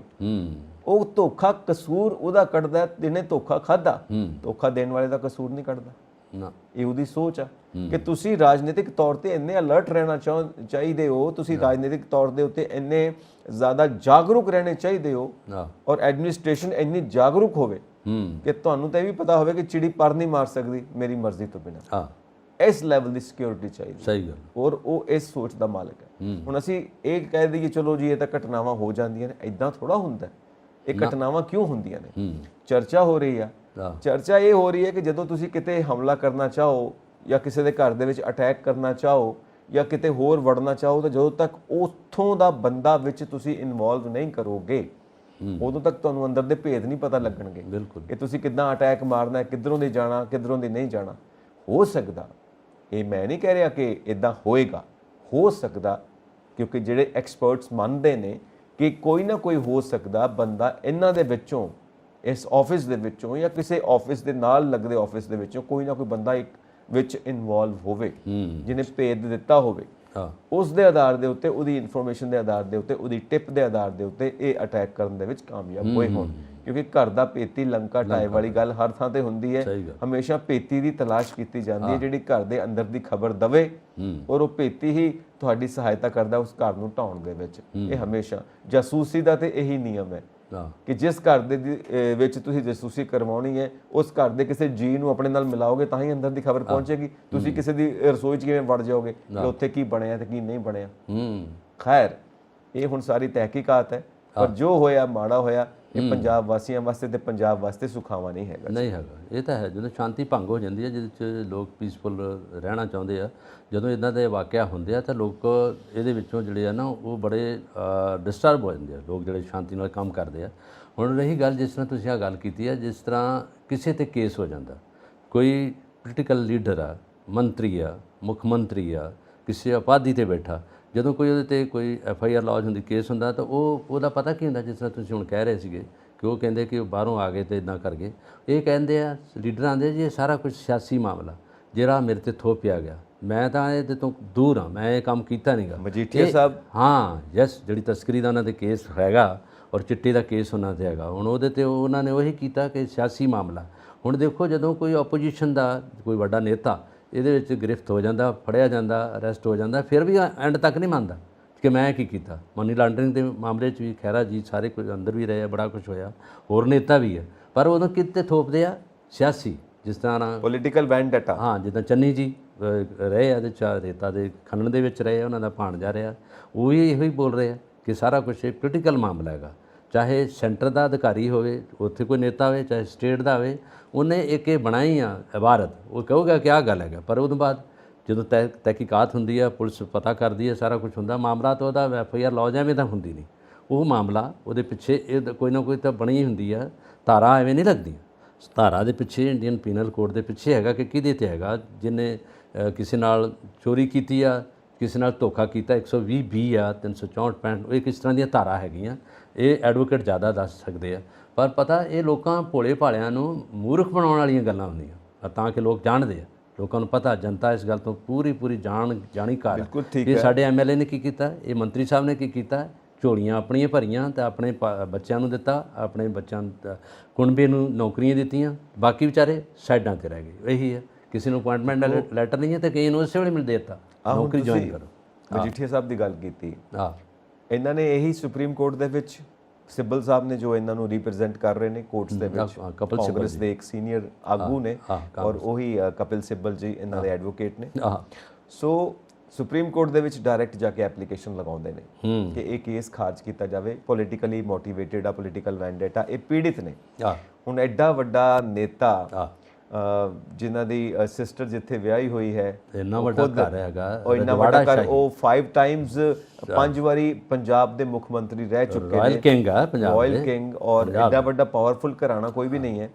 ਔਰ ਖੁਦ ਉਹਨਾਂ ਦੇ ਜੋ ਜੀਜਾ ਜੀ ਨੇ ਸੁਖਬੀਰ ਬਾਦਲ ਸਾਹਿਬ, ਉਹ ਵੀ ਡਿਪਟੀ ਸੀਐਮ ਰਹਿ ਚੁੱਕੇ ਨੇ, ਅਕਾਲੀ ਦਲ ਦੇ ਪ੍ਰਧਾਨ ਆ, ਔਰ ਖੁਦ ਉਹ ਐਮਐਲਏ ਨੇ ਮਜੀਠੀਆ ਸਾਹਿਬ, ਔਰ ਉਹਨਾਂ ਦੀ ਸਿਸਟਰ ਵੀ ਐਮਪੀ, ਔਰ ਐਡਾ ਵੱਡਾ ਪੋਲੀਟੀਕਲ ਘਰਾਣਾ ਹੋਵੇ, ਔਰ ਜਦੋਂ ਕੋਰਟ 'ਚ ਜਾ ਕੇ ਉਹ ਦੱਸਦੇ ਨੇ ਕਿ ਪੋਲੀਟੀਕਲ ਵੈਂਡੇਟਾ ਇਹ ਜੀ ਪੀੜਿਤ ਨੇ, ਤਾਂ ਅੱਗੋਂ ਕਈ ਵਾਰ ਕੋਰਟ ਤੋਂ ਵੀ ਇਹ ਟਿੱਪਣੀ ਮਿਲੀ ਹੈ ਕਿ ਐਡਾ ਵੱਡਾ ਪਰਿਵਾਰ ਕਿੱਦਾਂ ਹੋ ਸਕਦਾ ਪੋਲੀਟੀਕਲੀ, ਬਹੁਤ ਵੱਡਾ ਘਰਾਣਾ ਹੈ ਇਹਨਾਂ ਦਾ, ਬਹੁਤ ਵੱਡਾ ਘਰਾਣਾ ਹੈ। ਜਦੋਂ ਬਾਦਲ ਸਾਹਿਬ ਦੇ ਨਾਲ ਇਹਨਾਂ ਦਾ ਗੱਠਜੋੜ ਹੋਇਆ, ਜਦੋਂ ਇਹਨਾਂ ਦੇ ਫਾਦਰ ਤੇ ਬਾਦਲ ਸਾਹਿਬ ਕੁੜਮ ਬਣੇ ਆ, ਔਰ ਜ਼ਰੂਰਤ ਹੈ ਕਿ ਇਹ ਇੱਕੋ ਮੋਢੇ ਦੇ ਇੱਕੋ ਕੱਦ ਦੇ ਬੰਦੇ। ਸੋ ਸੋਚਣ ਵਾਲੀ ਗੱਲ ਇਹ ਹੈ ਬਲਕਾਰ ਜੀ ਕਿ ਜੇ ਐਡਾ ਵੱਡਾ ਘਰਾਣਾ ਕਵੇ ਕਿ ਅਸੀਂ ਪੀੜਿਤ ਹੈਗੇ ਆ ਪੋਲੀਟੀਕਲੀ, ਤੇ ਆਮ ਬੰਦੇ ਦੀ ਤਾਂ ਫਿਰ ਕੀ ਹਾਲਤ ਹੋਣੀ ਹੈ, ਉਹ ਤਾਂ ਵਿਚਾਰਾ ਬਹੁਤ ਹੀ ਪੀੜਿਤ ਹੋਏਗਾ। ਖੈਰ, ਇਹ ਤਾਂ ਗੱਲਾਂ ਨੇ ਜਿਹੜੀਆਂ ਸਿਆਸੀ ਅਦਾਰਿਆਂ 'ਚ ਵੀ ਹੁੰਦੀਆਂ ਨੇ ਔਰ ਐਡਮਿਨਿਸਟ੍ਰੇਸ਼ਨ ਦੇ ਅਦਾਰਿਆਂ 'ਚ ਵੀ ਹੁੰਦੀਆਂ ਨੇ, ਪਰ ਕੋਰਟ 'ਚ ਵੀ ਇਹ ਗੱਲ ਕਈ ਵਾਰ ਹੋਈ ਹੈ ਕਿ ਤੁਸੀਂ ਐਡਾ ਵੱਡਾ ਘਰਾਣਾ ਕਿੱਦਾਂ ਪੀੜਿਤ ਹੋ ਸਕਦਾ, ਕਿਉਂਕਿ ਤੁਸੀਂ ਆਪ ਬੜੇ ਪਾਵਰਫੁਲ ਹੋ। ਔਰ ਹੋਇਆ ਕਿ ਸੁਪਰੀਮ ਕੋਰਟ ਨੇ ਕਿਹਾ ਕਿ ਅਸੀਂ ਤੁਹਾਡੀ ਇਹ ਐਪਲੀਕੇਸ਼ਨ ਨਹੀਂ ਸੁਣ ਸਕਦੇ, ਕਿਉਂਕਿ ਤੁਸੀਂ ਹਾਈ ਕੋਰਟ 'ਚ ਜਾਓ, ਉਹਨਾਂ ਨੇ ਸੁਣਵਾਈ ਨਹੀਂ ਕੀਤੀ। ਹਾਲਾਂਕਿ ਕਈ ਵਾਰ ਇਹ ਹੋਇਆ ਹੈ ਕਿ ਕਈ ਕੇਸਿਸ ਦੇ ਵਿੱਚ ਸੁਪਰੀਮ ਕੋਰਟ ਨੇ ਸੁਣੀ ਹੈ, ਹਾਲਾਂਕਿ ਉਹ ਡਾਇਰੈਕਟਲੀ ਹਾਈ ਕੋਰਟ ਨਹੀਂ ਗਈਆਂ ਕਈ ਪਾਰਟੀਆਂ, ਕਈ ਕੇਸਿਸ 'ਚ ਇਹ ਹੋਇਆ ਕਿ ਸੁਪਰੀਮ ਕੋਰਟ ਨੇ ਸੁਣੀ ਡਾਇਰੈਕਟਲੀ, ਪਰ ਇਸ ਕੇਸ 'ਚ ਨਹੀਂ ਸੁਣੀ। ਸਿੱਧਾ ਉਹਨਾਂ ਨੇ ਕਹਿਤਾ ਤੁਸੀਂ ਹਾਈ ਕੋਰਟ ਜਾਓ, ਥੱਲੜੀ ਅਦਾਲਤ 'ਚ ਜਾਓ, ਉੱਥੇ ਜਾ ਕੇ ਸੇਮ ਐਪਲੀਕੇਸ਼ਨ ਦਿਓ, ਉੱਥੇ ਅਪੀਲ ਕਰੋ। ਸੋ ਹੁਣ ਦੁਬਾਰਾ ਤੋਂ ਉਹ ਚੀਜ਼ ਸ਼ੁਰੂ ਹੋ ਗਈ। ਹੁਣ ਗੱਲ ਇਹ ਆ ਕਿ ਇਹ ਮੁਸ਼ਕਿਲਾਂ ਵੱਧਦੀਆਂ ਜਾ ਰਹੀਆਂ ਕਿਉਂਕਿ ਕੇਸ ਕੰਪਲਿਕੇਟਡ ਹੁੰਦਾ ਜਾ ਰਿਹਾ ਹੋਰ ਜ਼ਿਆਦਾ। ਸੋ ਹੁਣ ਗੱਲ ਇਹ ਵੀ ਹੈ ਕਿ ਸ਼੍ਰੋਮਣੀ ਅਕਾਲੀ ਦਲ ਵੱਲੋਂ ਇਸ ਮਾਮਲੇ ਦੇ ਵਿੱਚ ਕੋਈ ਸਟੇਟਮੈਂਟ ਨਹੀਂ ਆ ਰਹੀ, ਕੋਈ ਐਕਸ਼ਨ ਨਹੀਂ ਹੋ ਰਿਹਾ, ਜਿਵੇਂ ਕੋਈ ਧਰਨਾ ਨਹੀਂ ਹੋ ਰਿਹਾ, ਕੋਈ ਪ੍ਰਦਰਸ਼ਨ ਨਹੀਂ ਹੋ ਰਿਹਾ, ਕੁਝ ਨਹੀਂ ਹੋ ਰਿਹਾ, ਕਿਉਂਕਿ ਸ਼ਾਇਦ ਸਭ ਨੂੰ ਲੱਗਦਾ ਕਿ ਸ਼ਾਇਦ ਜੇ ਅਸੀਂ ਇਦਾਂ ਕਰਾਂਗੇ ਜਾਂ ਕੋਈ ਹੋਰ ਵਿਚਲੀ ਗੱਲ ਨਾ, ਹੋਰ ਕਿਸੇ ਪਾਸੇ ਟਵਿਸਟ ਨਾ ਹੋ ਜਾਏ, ਕੋਈ ਹੋਰ ਵਿਚਲੀ ਗੱਲ ਸਾਹਮਣੇ ਨਾ ਆ ਜਾਵੇ। ਹੁਣ ਉਹ ਵਿਚਲੀ ਗੱਲ ਕਿਹੜੀ ਹੈ ਇਹ ਵੀ ਨਹੀਂ ਪਤਾ, ਇਹ ਵੀ ਫੇਰ ਤਹਿਕੀਕਾਤ ਦਾ ਮਾਮਲਾ ਹੈ। ਮਤਲਬ ਇਹ ਤਹਿਕੀਕਾਤ ਵਿੱਚ ਕਿਹੜੇ ਰਾਜ਼ ਖੁੱਲ ਸਕਦੇ ਨੇ, ਕਿਹੜੀਆਂ ਗੱਲਾਂ ਸਾਹਮਣੇ ਆ ਸਕਦੀਆਂ, ਸ਼ਾਇਦ ਇਸ ਤੋਂ ਡਰਦੇ ਨੇ ਕੋਈ ਗੱਲ ਹੋਏਗੀ ਜਾਂ ਕੋਈ ਗੱਲ ਨਹੀਂ ਹੋਏਗੀ, ਕਿਉਂਕਿ ਸਾਨੂੰ ਕੁਝ ਨਹੀਂ ਪਤਾ, ਸਾਨੂੰ ਇਸ ਬਾਰੇ ਕੁਝ ਨਹੀਂ ਪਤਾ। ਅਸੀਂ ਜੋ ਦੇਖਦੇ ਪਏ ਹਾਂ ਮਾਹੌਲ, ਅਸੀਂ ਉਸ ਨੂੰ ਦੇਖਦੇ ਹਾਂ, ਜਿਵੇਂ ਸਾਰੇ ਦੇਖਦੇ ਪਏ ਨੇ, ਸਾਰੇ ਵਿਚਾਰ ਦਿੰਦੇ ਨੇ, ਸਭ ਦੇ ਵਿਚਾਰ ਹੁੰਦੇ ਨੇ, ਡੈਮੋਕ੍ਰੇਸੀ ਸਾਰੇ ਜਾਣੇ ਵਿਚਾਰ ਦੇ ਰਹੇ ਆ, ਪਰ ਕੁੱਲ ਮਿਲਾ ਕੇ ਗੱਲ ਇਹ ਆ ਕਿ ਜਿਹੜੀ ਇਹ ਸਥਿਤੀ ਆ, ਇਹ ਸਥਿਤੀ ਸਹੀ ਨਹੀਂ ਹੈ, ਇਹ ਸਹੀ ਮੈਸੇਜ ਨਹੀਂ ਜਾਂਦਾ, ਕਿਉਂਕਿ ਐਡੀ ਪੁਰਾਣੀ ਪਾਰਟੀ ਹੋਵੇ ਔਰ ਪੰਥਕ ਵਿਚਾਰਧਾਰਾ ਤੇ ਚੱਲਣ ਵਾਲੀ ਪਾਰਟੀ ਹੋਵੇ, ਜਿਹਨੇ ਸ਼ਹਾਦਤਾਂ ਦਿੱਤੀਆਂ ਹੋਣ, ਸ਼ਹੀਦੀਆਂ ਪ੍ਰਾਪਤ ਕੀਤੀਆਂ ਹੋਣ ਵੱਖ-ਵੱਖ ਮੋਰਚਿਆਂ ਦੇ ਉੱਤੇ, ਵੱਖ-ਵੱਖ ਮੁੱਦਿਆਂ ਦੇ ਉੱਤੇ, ਇਹ ਕੇਸਿਸ ਬਣ ਜਾਣ ਔਰ ਇਸ ਹਾਲਤ ਦੇ ਉੱਤੇ ਆ ਕੇ ਖੜੇ ਹੋ ਜਾਣ ਕਿ ਅੱਜ ਤੁਹਾਨੂੰ ਇਹ ਵੀ ਡਰ ਲੱਗਦਾ ਪਿਆ ਕਿ ਕਿਤੇ ਐਸਜੀਪੀਸੀ ਦੀਆਂ ਜਿਹੜੀਆਂ ਚੋਣਾਂ ਹੋਣ, ਕਿਤੇ ਉਹ ਨਾ ਹਾਰ ਜਾਈਏ। ਇਸ ਲੈਵਲ ਦੇ ਤੁਸੀਂ ਜੇ ਆ ਚੁੱਕੇ ਹੋ ਤੇ ਇਹਦੇ ਵਾਸਤੇ ਜ਼ਿੰਮੇਵਾਰ ਕੌਣ ਹੈ? ਹਾਂ, ਇਸੇ ਗੱਲ ਨਾਲ ਕਿ ਜਿਹੜਾ ਸੈਡ ਹੈ, ਸ਼੍ਰੋਮਣੀ ਅਕਾਲੀ ਦਲ ਬਹੁਤ ਵੱਡੀ ਪਾਰਟੀ, ਪੁਰਾਣੀ ਆ ਔਰ ਬੜੇ ਸਤਿਕਾਰ ਅਦਬ ਨਾਲ ਲੋਕ ਯਾਦ ਕਰਦੇ ਨੇ। 101 ਸਾਲ ਪੁਰਾਣੀ ਹੋ ਗਈ, ਬਹੁਤ ਪੁਰਾਣੀ ਪਾਰਟੀ ਆ, ਔਰ ਇਹਦੇ ਵਿੱਚ ਜਿਹੜੀਆਂ ਉਣਤਾਈਆਂ ਰਹੀਆਂ ਉਹ ਲੋਕਾਂ ਨੂੰ ਪਤਾ ਲੱਗ ਗਿਆ। ਲੋਕਾਂ ਨੇ ਉਸੇ ਤਰੀਕੇ ਨਾਲ ਉਹ ਕੰਮ ਹੀ ਕੀਤਾ ਜੋ ਚਾਹੁੰਦੇ ਸੀਗੇ, ਔਰ ਉਹਨਾਂ ਲੀਡਰਾਂ ਨੂੰ ਜਿਨ੍ਹਾਂ ਕੋਲ ਲੋਕ ਅੱਕ ਚੁੱਕੇ ਸੀ, ਉਹਨਾਂ ਨੇ ਨਹੀਂ ਕੰਮ ਲਿਆ, ਉਹ ਆਪਣੇ ਤਰੀਕੇ ਨਾਲ ਲੋਕਾਂ ਨੇ ਦੂਜੇ ਨੇਤਾ ਚੁਣ ਕੇ ਕੁਰਸੀਆਂ 'ਤੇ ਬਿਠਾ ਦਿੱਤੇ। ਪਰ ਹੁਣ ਰਹੀ ਗੱਲ ਦੂਜੀ, ਜਿਸ ਤਰ੍ਹਾਂ ਤੁਸੀਂ ਕਿਹਾ ਕਿ ਜਿੱਦਾਂ FIR ਲੌਜ ਹੁੰਦੀ ਆ ਜਾਂ ਜਿਹਦੇ ਵਿੱਚ ਜੁਡੀਸ਼ਰੀ ਕੀ ਕਰਦੀ ਹੈ ਅਤੇ ਉਹਦੇ ਤਾਂ ਬਾਅਦ ਰੂਲਿੰਗ ਪਾਰਟੀ ਕੀ ਕਰਦੀ ਹੈ। ਹੁਣੇ ਜਿਹੜਾ ਇਹ ਰੀਸੈਂਟ ਮਾਮਲਾ ਆਇਆ ਜਿਸ 'ਚ ਤੇਜਿੰਦਰ ਬੱਗਾ ਜੀ ਦਾ ਇਹ ਮਾਮਲਾ, ਜਿਹਦੇ ਵਿੱਚ ਹੁਣ ਉਹਨਾਂ ਨੂੰ ਫਿਰ ਰਾਹਤ ਮਿਲ ਗਈ ਕੋਰਟ ਤੋਂ, ਹਾਈ ਕੋਰਟ ਤੋਂ, ਜਿਹਦੇ 'ਚ ਉਹਨਾਂ ਦੇ ਫਿਰ FIR ਲੌਜ ਹੋਈ ਸੀ, ਪੁਲਿਸ ਫੜਨ ਗਈ ਉੱਥੇ ਪੰਜਾਬ ਪੁਲਿਸ, ਉੱਥੋਂ ਬਾਅਦ ਉਹਨਾਂ ਨੇ ਫੜ ਕੇ ਲਿਆਂਦਾ ਹਰਿਆਣੇ ਦੇ ਬਾਰਡਰ ਤੱਕ, ਉਹ ਤੋਂ ਬਾਅਦ ਉੱਥੋਂ ਉਹਨਾਂ ਨੇ ਫਿਰ ਖੋਹ ਲਿਆ, ਉਹ ਤੋਂ ਬਾਅਦ ਫਿਰ ਵਾਪਸ ਕਰ ਦਿੱਤਾ। ਇਹ ਤੇ ਇੱਕ ਡਰਾਮਾ ਹੋ ਗਿਆ। ਉਹ ਤੋਂ ਬਾਅਦ ਫਿਰ ਉਹਨਾਂ ਨੂੰ ਮਿਲ ਗਈ ਰਾਤ, power drama, high voltage drama ਹੋਇਆ, ਬਹੁਤ ਵੱਡਾ ਡਰਾਮਾ ਹੋਇਆ। ਔਰ ਦੇਖੋ ਇਹਦੇ ਪਿੱਛੇ ਕੀ ਭੇਦ ਹੈ, ਇਹਦੇ ਪਿੱਛੇ ਕੀ ਇਫੈਕਟ ਆ, ਔਰ ਇਹਦੇ ਪਿੱਛੇ ਕੀ ਜਿਹੜੇ ਪੁਆਇੰਟ ਆ, ਜਿਹਦੇ ਵਿੱਚ ਉਹ ਬੰਦਾ ਦੇਖੋ ਆਰਾਮ ਨਾਲ ਉੱਥੋਂ ਬੋਲ ਰਿਹਾ ਸੀ, ਉੱਥੋਂ ਉਹਨੇ ਬੜਾ ਕੀਤਾ ਔਰ ਵਿਰੋਧਤਾ ਕੀਤੀ ਪੰਜਾਬ ਪੁਲਿਸ ਦੀ, ਸਾਨੂੰ ਮੈਨੂੰ ਲੈ ਗਿਆ ਔਰ ਬੇਬੁਨਿਆਦ ਮੈਨੂੰ ਅਰੈਸਟ ਕੀਤਾ, ਮੈਨੂੰ ਪਗੜੀ ਬੰਨ੍ਹਣ ਦੀ ਇਜਾਜ਼ਤ ਨਹੀਂ ਮਿਲੀ। ਔਰ ਦੇਖੋ ਉਹ ਬੰਦਾ ਇੰਨਾ ਵੈਲ ਨੋਨ ਨਹੀਂ ਗਾ ਬੰਦਾ ਜਿੰਨਾ ਕੋ ਉਹਨੂੰ ਹਾਈਲਾਈਟ ਕਰ ਦਿੱਤਾ ਗਿਆ, ਕਿਉਂਕਿ ਮੇਰਾ ਖਿਆਲ ਹੈ ਕਿ ਜਿੰਨੇ ਮੀਡੀਆ ਮੈਨ ਨੇ, ਜਿੰਨੇ ਲੋਕ ਇੱਥੇ ਇੰਟੈਲੈਕਚੁਅਲ ਲੋਕ ਨੇ, ਜਿਹੜੇ ਕਰਤਾ ਧਰਤਾ ਨੇ ਲੋਕ, ਉਹਨਾਂ ਨੇ ਅੱਜ ਨਵਾਂ ਹੀ ਨਾਂ ਸੁਣਿਆ। ਔਰ ਉਹ ਬੰਦਾ ਦਿੱਲੀ ਤੋਂ ਸਟੇਟਮੈਂਟ ਦੇ ਰਿਹਾ। ਔਰ ਦੇਖ ਲਓ ਜੁਡੀਸ਼ਰੀ ਕੀ ਕਰ ਰਹੀ ਹੈ, ਹਾਈ ਕੋਰਟ ਪਹਿਲਾਂ ਵੀ ਰਾਹਤ ਦਿੱਤੀ ਆ, ਹੁਣ ਫਿਰ ਉਹਨੂੰ ਰਾਹਤ ਮਿਲ ਗਈ। ਉਹਦੇ ਲਈ ਉਹਦੀ ਤਰੀਕ ਅੱਗੇ ਵੱਧਦੀ ਜਾ ਰਹੀ ਹੈ ਔਰ ਆਰਾਮ ਨਾਲ ਉੱਥੋਂ ਬਿਆਨ ਦੇ ਰਿਹਾ। ਉਹਨੂੰ ਕੋਈ ਵੀ ਅਰੈਸਟ ਨਹੀਂ ਕਰ ਸਕਦਾ, ਕਿਉਂਕਿ ਜੁਡੀਸ਼ਰੀ ਇਨਵੋਲਵ ਹੋ ਗਈ ਉਹਦੇ 'ਚ। ਪੁਲਿਸ ਫਿਰ ਉਦੋਂ ਬਾਅਦ ਸਾਈਡ 'ਤੇ ਹੋ ਜਾਂਦੀ ਹੈ। ਹੁਣ ਦੇਖ ਲਓ ਇੱਕ ਛੋਟੇ ਜਿਹੇ ਆਪਾਂ, ਉਹਦੇ ਕੋਲ ਕੋਈ ਬਹੁਤ ਵੱਡਾ ਰੁਤਬਾ ਵੀ ਨਹੀਂ ਗਾ, ਔਰ ਉਹ ਬੰਦਾ ਦੇਖੋ ਕੈਸਾ ਉਹਨੇ ਇਸ ਵੇਲੇ ਆਪਣਾ ਇੱਕ ਵੱਡਾ ਬਿਆਨ ਦਿੱਤਾ ਕਿ ਪੰਜਾਬ ਪੁਲਿਸ ਮੈਨੂੰ ਹੱਥ ਨਹੀਂ ਲਾ ਸਕਦੀ, ਹਰਿਆਣਾ ਪੁਲਿਸ ਨੇ ਮੇਰੀ ਸਤਿਕਾਰ ਇੱਜ਼ਤ ਕੀਤਾ, ਮੈਨੂੰ ਤਾਂ ਦਿੱਲੀ ਪੁਲਿਸ ਨੇ ਵੀ, ਜਿਹਨਾਂ ਇਹਨਾਂ ਦੇ ਫੇਵਰ 'ਚ ਗਏ। ਇਹ ਗੱਲਾਂ ਹੈਗੀਆਂ ਦੇਸ਼ ਦੀ ਵੰਡੀਆਂ ਦੀਆਂ, ਜਿਹਦੇ 'ਚ ਐਡਮਿਨ ਵੀ ਵੰਡੇ ਗਏ, ਸਿਕਿਉਰਿਟੀ ਵੀ ਵੰਡੀ ਗਈ, ਜੁਡੀਸ਼ਰੀ ਵੀ ਵੰਡੀ। ਮੈਂ ਇੱਕ ਪੁਆਇੰਟ ਐਡ ਕਰਾਂਗਾ, ਫਿਰ ਤੁਸੀਂ ਆਪਣੀ ਗੱਲ ਅੱਗੇ ਵਧਾਓ। ਹਾਂ, ਇੱਕ ਇਹਦੀ ਸ਼ਹਿ ਦੇ ਉੱਤੇ ਐਡੀਆਂ ਵੱਡੀਆਂ ਸਟੇਟਮੈਂਟਸ ਦਿੰਦੇ ਪਏ ਨੇ ਬੱਗਾ ਸਾਹਿਬ। ਸਹੀ, ਹਾਂ 5 ਜੁਲਾਈ ਤੱਕ ਠੀਕ ਹੈ, ਉਹ ਤਾਂ ਕੋਰਟ ਦਾ ਮਾਮਲਾ ਹੈ, ਰਾਹਤ ਮਿਲ ਗਈ, ਨੋ ਅਰੈਸਟ, ਪਰ ਐਡੀਆਂ ਵੱਡੀਆਂ ਸਟੇਟਮੈਂਟਸ ਇਹਦੀ ਸ਼ਹਿ ਦੇ ਉੱਤੇ ਦੇ ਰਹੀਆਂ ਨੇ। ਮਤਲਬ ਇਹ ਰੋਜ਼ ਜਾ ਕੇ ਕੇਜਰੀਵਾਲ ਸਾਹਿਬ ਦੇ ਘਰ ਦੇ ਬਾਹਰ ਧਰਨਾ ਲਾਉਣਗੇ ਔਰ ਇਹਨਾਂ ਦਾ ਕੋਈ ਕੁਝ ਨਹੀਂ ਵਿਗਾੜ ਸਕਦਾ। ਮਤਲਬ ਤੁਸੀਂ ਇਹ ਫੈਡਰਲ ਸਟਰਕਚਰ ਨਾਲ ਖੇਡਦੇ ਪਏ ਹੋ, ਤੁਸੀਂ ਕਿੱਦਾਂ ਦਾ ਮੈਸੇਜ ਦਿੰਦੇ ਪਏ ਹੋ? ਮਤਲਬ ਤੁਸੀਂ ਭਾਰਤ ਦੇ ਅੰਦਰ ਕਿਹੜਾ ਮਾਹੌਲ ਪੈਦਾ ਕਰਨਾ ਚਾਹੁੰਦੇ ਹੋ, ਕਿਹੜੀ ਐਗਜ਼ਾਮਪਲ ਸੈੱਟ ਕਰਨਾ ਚਾਹੁੰਦੇ ਹੋ, ਤੁਸੀਂ ਕੀ ਸਿੱਧ ਕਰਨਾ ਚਾਹੁੰਦੇ ਹੋ, ਕੀ ਕਹਿਣਾ ਕੀ ਚਾਹੁੰਦੇ ਹੋ? ਦੇਖੋ ਇੱਕ ਪਾਸੇ ਤਾਂ ਆਪਾਂ ਵੋਟਾਂ ਪਾ ਕੇ ਆਪਾਂ ਮੁੱਖ ਮੰਤਰੀ ਤੇ ਮੰਤਰੀ ਤੇ ਆਪਾਂ ਪ੍ਰਧਾਨ ਮੰਤਰੀ ਤੱਕ ਆਉਂਦੇ ਹਾਂ, ਰਾਸ਼ਟਰਪਤੀ ਤੱਕ ਆਉਂਦੇ ਹਾਂ ਕਿ ਜਮਹੂਰੀਅਤ ਆ, ਜਮਹੂਰੀਅਤ 'ਚ ਲੋਕ ਇਕੁਅਲ ਆ, ਲਾ ਇੱਕ ਆ, ਬਰਾਬਰਤਾ ਵਾ ਸਾਰਿਆਂ ਦੀ, ਬੋਲਣ ਦੀ ਆਜ਼ਾਦੀ ਆ, ਸਾਡੇ ਕੋਲ ਫੰਡਾਮੈਂਟਲ ਰਾਈਟਸ ਆ, ਸਾਡੇ ਫਰਜ਼ ਆ, ਸਾਡੇ ਅਧਿਕਾਰ ਆ, ਕਈ ਚੀਜ਼ਾਂ ਆਪਾਂ ਗਿਣਦੇ ਹਾਂ। ਪਰ ਤੁਹਾਡੀ ਗੱਲ ਸਹੀ ਆ ਕਿ ਇਹ ਜਿਹੇ ਬੰਦਿਆਂ ਜਿਹੜੇ ਅੱਜ ਕੱਲ੍ਹ ਨੇਤਾ ਬਣ ਕੇ ਬਹਿ ਗਏ ਨੇ, ਜਿਨ੍ਹਾਂ ਨੂੰ ਅਸੀਂ ਕਹਿ ਦਿੰਦੇ ਹਾਂ ਕਿ ਜਿਨ੍ਹਾਂ ਨੇ ਬਿਆਨ ਬੜੇ ਦੇ ਦਿੱਤੇ ਆ, ਉਹਨਾਂ ਦੇ ਹੁਣ ਪਿੱਛੇ ਕੀ ਵੱਡੀ ਗਰਾਊਂਡ ਆ ਔਰ ਉਹ ਕਿੱਥੋਂ ਏਡਾ ਵੱਡੀ ਛਾਲ ਮਾਰ ਕੇ ਤੇ ਅੱਗੇ ਨੂੰ ਤੁਰਦੇ ਆ। ਬਲਕਾਰ ਜੀ, ਸਾਡਾ ਹੀਰੋ ਭਗਤ ਸਿੰਘ ਹੋ ਸਕਦਾ ਹੈ, ਬਿਲਕੁਲ, ਔਰ ਭਗਤ ਸਿੰਘ ਸਾਡਾ ਹੀਰੋ ਹੈ। ਹਾਂ, ਸਾਡਾ ਹੀਰੋ ਬੱਗਾ ਨਹੀਂ ਹੋ ਸਕਦਾ। ਜਿਨ੍ਹਾਂ ਦੇਸ਼ ਦੀ ਆਜ਼ਾਦੀ ਲਈ ਆਪਣੀ ਜਾਨਾਂ ਵਾਰ ਦਿੱਤੀਆਂ, ਜਿਨ੍ਹਾਂ ਨੇ ਸਾਰਾ ਪਰਿਵਾਰ ਵਾਰ ਦਿੱਤਾ, ਉਹਨਾਂ ਲਈ ਹੋਰ ਕੀ ਕਰੋਗੇ ਤੁਸੀਂ? ਬੱਗਾ ਸਾਡਾ ਹੀਰੋ ਨਹੀਂ ਹੋ ਸਕਦਾ। ਹਾਂ, ਅਸੀਂ ਪੰਜਾਬ ਦੇ ਵਾਸੀ, ਅਸੀਂ ਦਸ਼ਮੇਸ਼ ਪਿਤਾ ਦੇ ਬੱਚੇ, ਅਸੀਂ ਇਹ ਦੇਖਦੇ ਹਾਂ ਕਿ ਪਰਿਵਾਰ ਨੂੰ ਵਾਰ ਦੇਣਾ ਦੇਸ਼ ਦੇ ਲਈ, ਅਸੀਂ ਇਹ ਦੇਖਦੇ ਹਾਂ। ਅਸੀਂ ਇੱਦਾਂ ਦੇ ਇਹ ਡਰਾਮਿਆਂ ਨੂੰ ਨਾ ਤੇ ਅਸੀਂ ਕੋਈ ਤਰਜੀਹ ਦਿੰਦੇ ਹਾਂ ਤੇ ਨਾ ਅਸੀਂ ਇਹਦੇ ਵੱਲ ਕੋਈ ਧਿਆਨ ਦਿੰਦੇ ਹਾਂ। ਸਾਨੂੰ ਇਹ ਧਿਆਨ ਦੇਣਾ ਪੈਂਦਾ ਸਿਰਫ ਇਸ ਕਰਕੇ ਕਿ ਸਾਡੇ ਪੰਜਾਬ ਦਾ ਮਾਹੌਲ ਖਰਾਬ ਨਾ ਹੋਵੇ ਕਿਤੇ, ਇਸ ਕਰਕੇ ਧਿਆਨ ਦੇਣਾ ਪੈਂਦਾ। ਅਦਰਵਾਈਜ਼ ਮਤਲਬ ਇਹਨਾਂ ਗੱਲਾਂ ਵੱਲ ਇਹ ਧਿਆਨ ਦੇਣ ਦੇ ਲਾਇਕ ਨਹੀਂ ਹੈਗੀਆਂ ਗੱਲਾਂ। ਪਰ ਮੈਂ ਇੱਥੇ ਇੱਕ ਨਿੱਕਾ ਜਿਹਾ ਐਡ ਕਰੂੰਗਾ ਗੱਲ ਦਾ। ਮੈਨੂੰ ਹੁਣ ਇੱਕ ਗੱਲ ਆਈ ਇਹ ਕਿ ਇਹ ਹੈਗਾ ਕਿ ਜਦੋਂ ਆਪੋਜੀਸ਼ਨ, ਵਿਰੋਧੀ ਪਾਰਟੀਆਂ ਹਰ ਗੱਲ ਤੇ ਟਵੀਟ ਕਰਦੀਆਂ, ਹਰ ਗੱਲ ਤੇ ਪੁਆਇੰਟ ਨੋਟ ਕਰਾਉਂਦੀਆਂ, ਹਰ ਗੱਲ ਤੇ ਲੋਕਾਂ ਨੂੰ ਆਪਣੇ ਪਿੱਛੇ ਲਾਉਂਦੀਆਂ, ਜਦੋਂ ਇਹ ਮਸਲਾ ਅੱਜ ਤੋਂ ਕਿੰਨੀ ਦੇਰ ਤੱਕ ਹੋਇਆ, ਪਟਿਆਲੇ ਵਾਲੇ ਤੇ ਬਹੁਤ ਟਵੀਟ ਹੋਈਆਂ ਵੀ ਐਡਮਿਨਿਸਟ੍ਰੇਸ਼ਨ ਠੀਕ ਨਹੀਂ, ਜਿਹੜੀ ਇੱਥੋਂ ਦੀ ਸ਼ਾਸਨ ਹੈਗਾ ਉਹਦੇ ਕੋਲ ਕੰਟਰੋਲ ਨਹੀਂ ਹੋ ਰਿਹਾ। ਉਹਦੇ ਲਈ ਵੜਿੰਗ ਸਾਹਿਬ ਵੀ ਬੋਲ ਰਹੇ ਆ, ਨਵਜੋਤ ਸਿੱਧੂ ਵੀ ਬੋਲ ਰਿਹਾ, ਉੱਤੇ ਪ੍ਰਤਾਪ ਸਿੰਘ ਬਾਜਵਾ ਵੀ ਬੋਲ ਰਹੇ, ਸਾਰਾ ਕੁਝ।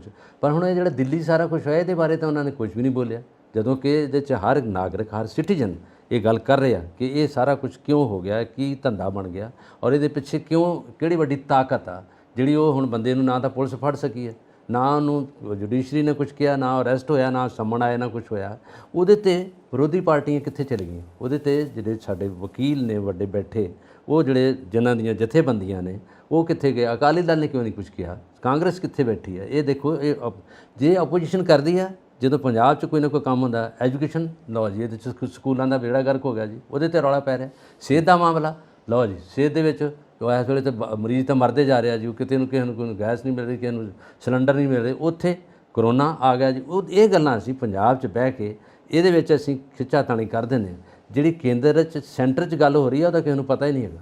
ਅਸੀਂ ਇੱਕ ਦੂਜੇ ਦਾ ਨੱਕ ਫੜ ਸਕਦੇ ਹਾਂ, ਇੱਕ ਦੂਜੇ ਦਾ ਕੰਨ ਖਿੱਚ ਸਕਦੇ ਹਾਂ, ਹੈ ਕਿ ਨਹੀਂ? ਉਹਦੇ 'ਤੇ ਕਿ ਜਿਹੜਾ ਸਾਂਝੇ ਟੱਬਰ ਵਾਂਗੂ ਹੋ ਰਿਹਾ ਕੰਮ, ਉਹਦੇ 'ਤੇ ਸਾਡੀ ਪੋਜ਼ੀਟਿਵਿਟੀ ਨਹੀਂ ਹੋ ਗਈ, ਉਹਦੇ 'ਤੇ ਅਸੀਂ ਤਰੀਕੇ ਨਾਲ ਗੱਲ ਨਹੀਂ ਕਰਾਂ, ਉੱਥੇ ਨੈਗੇਟਿਵ ਹਾਂ ਅਸੀਂ। ਅਤੇ ਜਿਹੜੇ ਗੱਲ ਲਈ ਕਰਨਾ ਚਾਹੁੰਦੇ ਹਾਂ, ਉਹਦੇ 'ਤੇ ਅਸੀਂ ਦੋ ਸ਼ਬਦ ਨਹੀਂ ਬੋਲ ਸਕਦੇ।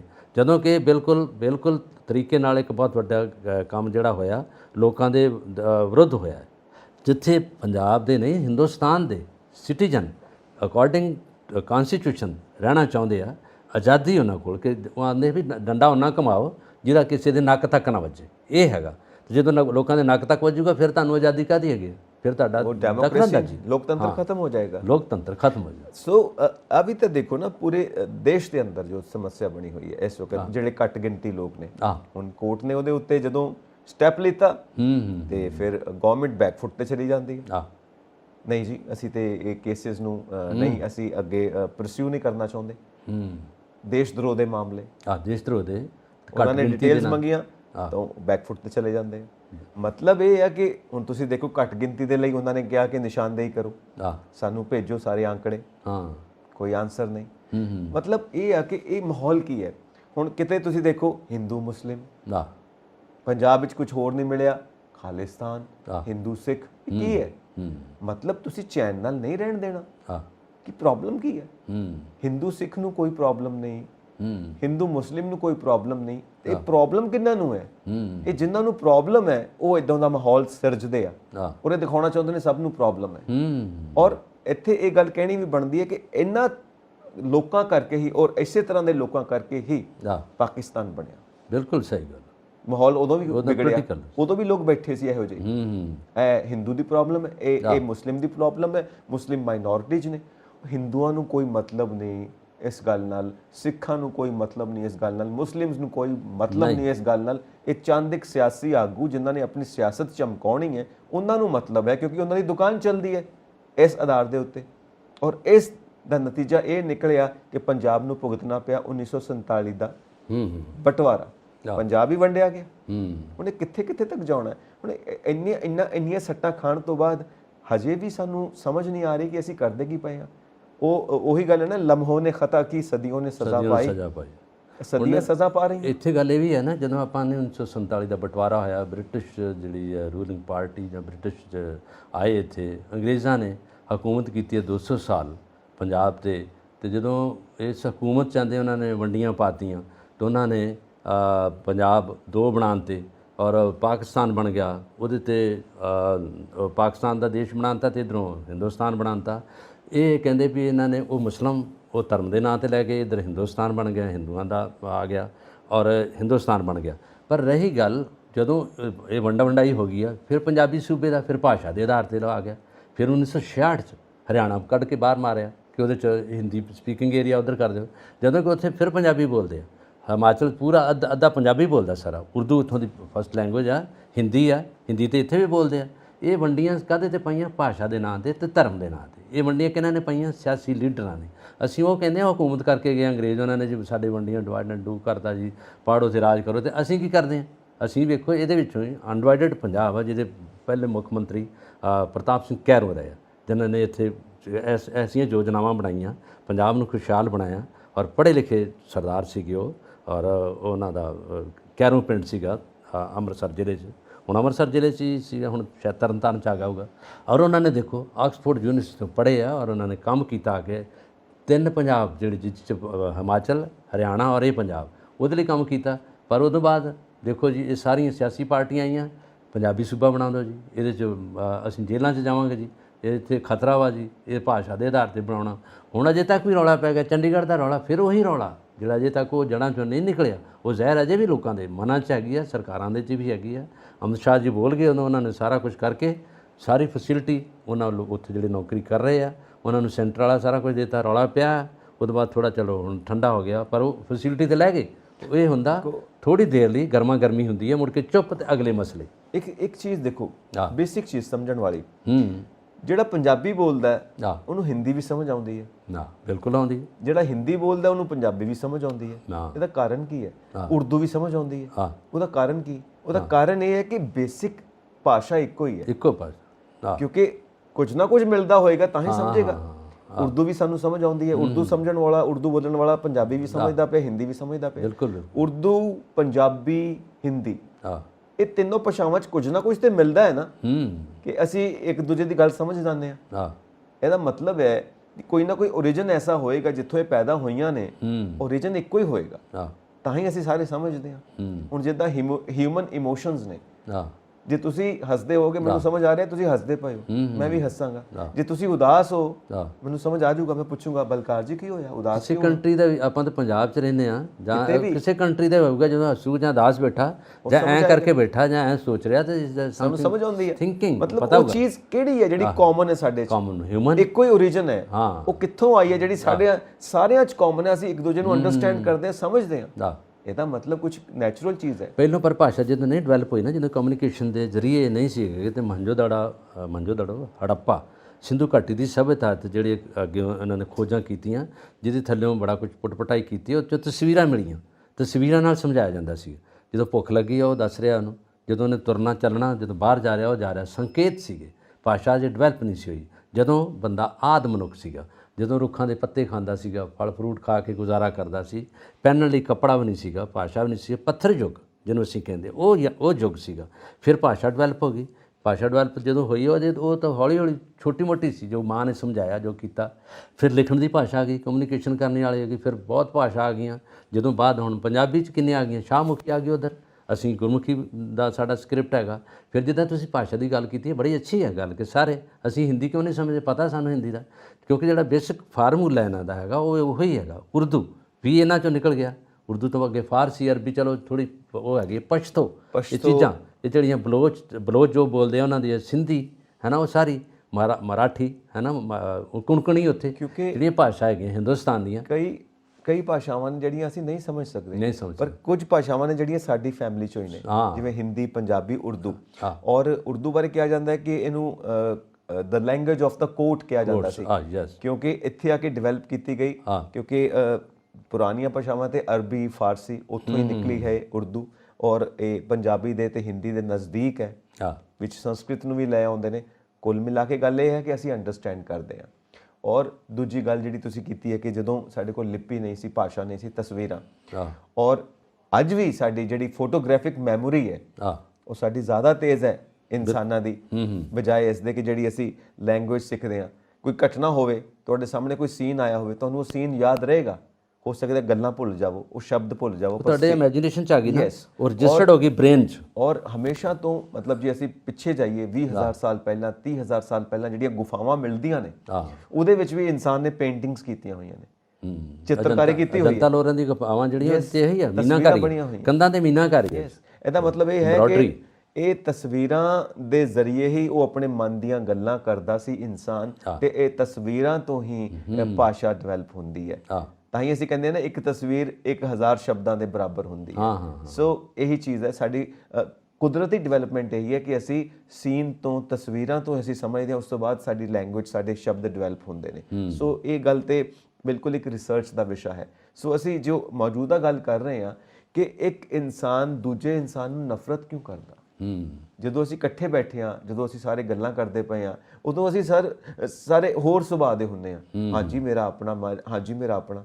ਜਦੋਂ ਉੱਠ ਕੇ ਚਲੇ ਗਏ, ਥਾਂ ਥਾਂ ਤੇ ਜਾ ਕੇ ਬਹਿ ਗਏ, ਓਏ ਮੈਂ ਛੱਡਣਾ ਨਹੀਂ ਉਹਨੂੰ, ਮੈਂ ਉਹਨੂੰ ਪਸੰਦ ਨਹੀਂ ਕਰਦਾ, ਉਹ ਮੈਨੂੰ ਬੜਾ ਬੁਰਾ ਲੱਗਦਾ, ਮੇਰਾ ਜੀ ਕਰਦਾ ਮੈਂ ਉਹਨੂੰ ਦੇਖਾਂ ਵੀ ਨਾ, ਮੈਂ ਤਾਂ ਨਹੀਂ ਉਹਨੂੰ ਛੱਡਣਾ। ਮਤਲਬ ਹੁਣੇ ਤੁਸੀਂ ਕੁਝ ਹੋਰ ਸੀ, ਹੁਣੇ ਤੁਸੀਂ ਕੁਝ ਹੋਰ ਹੋ ਗਏ, ਆਹ ਕੀ ਹੁੰਦਾ ਕੀ ਪਿਆ।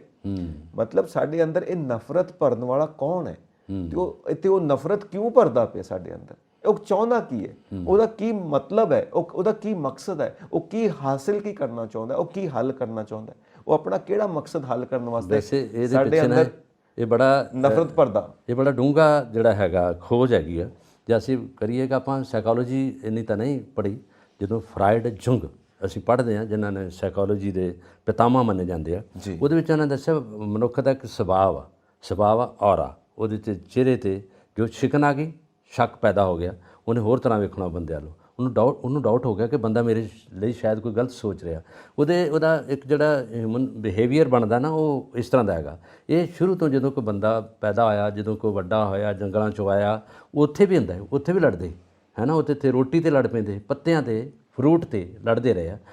ਐਕਚੁਅਲੀ ਬੰਦੇ ਦੇ ਅੰਦਰ, ਆਪਣੇ ਅੰਦਰ ਇੱਕ ਲਾਲਸਾ ਹੁੰਦੀ ਆ, ਲਾਲਚ ਹੁੰਦੀ ਆ, ਉਹ ਡਿਵੈਲਪ ਹੁੰਦੀ ਵੱਡੀ ਹੋ ਗਈ।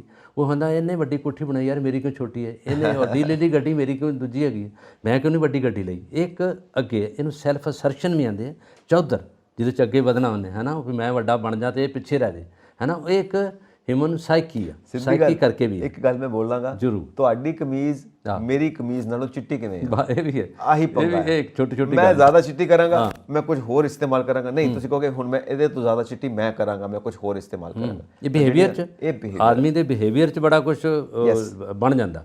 ਉਹ ਜਿਹੜਾ ਨਾ ਬਣ ਕੇ ਉਹ ਮਿੱਟੀ ਘੱਟਾ ਅੰਦਰ ਉਹਦੇ ਜੰਮਿਆ ਹੁੰਦਾ, ਉਹ ਕਲੀਅਰ ਨਹੀਂ ਹੁੰਦਾ। ਜੇ ਤੁਹਾਨੂੰ ਪਤਾ ਕਿ ਮੈਂ ਸਮਾਰਟ ਲੋਕ ਤੇ ਆ ਗਿਆ, ਮੇਰੀ ਮਾਂ ਨੇ ਮੈਨੂੰ ਪਾਲਿਆ, ਮੈਨੂੰ ਉਹਨੇ ਕਿਹਾ ਕਿ ਭਲਾ ਸੋਚ, ਸਰਬੱਤ ਦਾ ਭਲਾ ਕਰ। ਤੇ ਜੇ ਨਾਨਕ ਬਾਣੀ ਪੜ੍ਹਦਾ, ਉਹਨੂੰ ਪਤਾ ਵੀ ਜਪਜੀ ਸਾਹਿਬ 'ਚ ਕੀ ਕੁਛ ਹੈਗਾ, ਹੈ ਨਾ, ਮੂਲ ਮੰਤਰ ਕੀ ਹੈ ਨਾ, ਗੁਰਪ੍ਰਸਾਦ ਤੱਕ ਕੀ ਕੁਛ ਕਿਹਾ ਬਾਬੇ ਨੇ, ਹੈ ਨਾ, ਕਿ ਵਾਹਿਗੁਰੂ ਇੱਕ ਹੈ, ਗੋਡ ਇੱਕ ਹੈ, ਬੰਦੇ 'ਚ ਵੀ ਉਹੀ ਭਾਵਨਾ, ਔਰਤ 'ਚ ਵੀ ਉਹੀ ਹੈਗੀ ਆ। ਸਾਰਿਆਂ ਲਈ ਇਹੋ ਜਿਹਾ ਸੋਚੋ। ਬੱਚਾ ਤਾਂ ਰੱਬ ਹੁੰਦਾ, ਫੁੱਲਾਂ ਬਾਰੇ ਜੇ ਉਹਨੂੰ ਸੋਚਦਾ ਹੈ ਨਾ, ਜੇ ਆਉਂਦਾ ਜੋ ਗੁਰਬਾਣੀ 'ਚ ਵੀ ਫੁੱਲਾਂ ਦੇ ਬਾਰੇ ਬਹੁਤ ਕੁਛ ਹੈਗਾ, ਕੁਦਰਤ ਬਾਰੇ ਬਹੁਤ ਕੁਛ ਹੈ। ਜੇ ਬੰਦਾ ਇੱਥੋਂ ਤੱਕ ਪਹੁੰਚ ਜਾਂਦਾ, ਗੱਲਾਂ ਕਰਦਾ, ਤਾਂ ਉਹਦਾ ਮਾਨਸਿਕ ਤੌਰ 'ਤੇ ਬੜਾ ਵਸੀਹ ਹੋ ਜਾਂਦਾ, ਓਪਨ ਹੋ ਜਾਂਦਾ, ਖੁੱਲ੍ਹ ਜਾਂਦਾ। ਜਦੋਂ ਤੱਕ ਨੈਰੋ ਮਾਈਂਡਡ ਆ, ਜਦੋਂ ਤੱਕ ਸੋਚ ਛੋਟੀ ਆ, ਛੋਟੇ ਰਾਹ 'ਤੇ ਚੱਲ ਰਿਹਾ, ਡਿੱਗਦਾ ਢਹਿੰਦਾ ਤੁਰਦਾ, ਡਾਵਾਂ ਡੋਲ ਆ, ਮਨ ਵੀ ਥੋੜ੍ਹਾ ਜਿਹਾ, ਮਨ ਦੀ ਅਵਸਥਾ ਵੀ ਹੈ ਨਾ, ਮਨ ਤੋਂ ਜਿਹੜਾ ਮਨ ਨੂੰ ਆਉਂਦੇ ਆ ਨਾ ਕਿ ਤੂੰ ਇਸ ਤਰ੍ਹਾਂ ਦਾ ਸਰੂਪ ਹੈ, ਆਪਣਾ ਬਿਰਧ ਪਛਾਣ। ਜੋ ਮਨ ਦੀ ਗੱਲ ਦੀ ਹੈ, ਮਨ ਦੀ ਅਵਸਥਾ ਠੀਕ ਹੈ ਤਾਂ ਠੀਕ ਹੈ। ਇਹ ਸਾਰੇ ਮਨ ਦੇ ਪੁਆੜੇ ਆ, ਮਨ ਹੀ ਸਾਰਾ ਕੁਛ ਆਉਂਦਾ। ਮਨ ਮੰਦਰ ਤਨ ਵੇਸ ਕਲੰਦਰ, ਘਟ ਹੀ ਤੀਰਥ ਨਾਵਾਂ, ਇੱਕ ਸ਼ਬਦ ਮੇਰੇ ਪ੍ਰਾਣ ਬਸਤ ਹੈ, ਬਹੁਰ ਜਨਮ ਨਾਵਾਂ। ਇਹ ਗੁਰਬਾਣੀ ਕਹਿੰਦੀ ਹੈ, ਇਹ ਮਨੁੱਖ ਨਹੀਂ ਕਹਿੰਦਾ। ਬੜਾ ਕੁਛ ਹੋਇਆ, ਬੜੀ ਖੋਜ ਹੈ ਇਹਨਾਂ 'ਤੇ, ਸਾਈਕੋਲੋਜੀ ਨੇ ਬੜਾ ਕੁਛ ਕੀਤਾ। ਔਰ ਇਹ 'ਚ ਸਾਡੇ ਲੋਕ ਜਿਹੜੇ ਹੈਗਾ ਸਿਰਫ ਪੈਸੇ ਮਗਰ, ਤੇ ਰਿਸ਼ਤੇਦਾਰੀਆਂ ਵੀ ਟੁੱਟ ਗਈਆਂ, ਹੈ ਨਾ, ਖੂਨ ਸਫੈਦ ਹੋ ਕੇ ਬੜਾ ਕੁਝ ਬਦਲ ਗਿਆ। ਛੋਟਾ ਜਿਹਾ ਬੱਚਾ ਹੁੰਦਾ ਨਾ, ਉਹਨੂੰ ਹੋਰ ਕੁਝ ਨਹੀਂ ਪਤਾ। ਕੋਈ ਵੀ ਗੱਲ ਹੋਏਗੀ ਮੰਮੀ, ਕੋਈ ਮੁਸੀਬਤ ਹੋਏਗੀ ਮੰਮੀ, ਉਹਨੂੰ ਪਤਾ ਹੈ ਮੇਰੀ ਹਰ ਸਮੱਸਿਆ ਦਾ ਹੱਲ ਮੰਮੀ ਹੈ। ਪਰ ਜਿਉਂ ਵੱਡਾ ਹੋਏਗਾ ਉਹਦੀ ਸੋਚ ਵਧੇਗੀ, ਫਿਰ ਉਹ ਹੋਰ ਰਸਤੇ ਲੱਭਦਾ ਕਿ ਮੈਂ ਮੁਸੀਬਤ ਤੋਂ ਕਿਵੇਂ ਬਚ ਸਕਦਾ, ਆਲਟਰਨੇਟਿਵਸ ਲੱਭਦਾ, ਤਾਂ ਉਹ ਚੱਲਦਾ ਜਾਂਦਾ।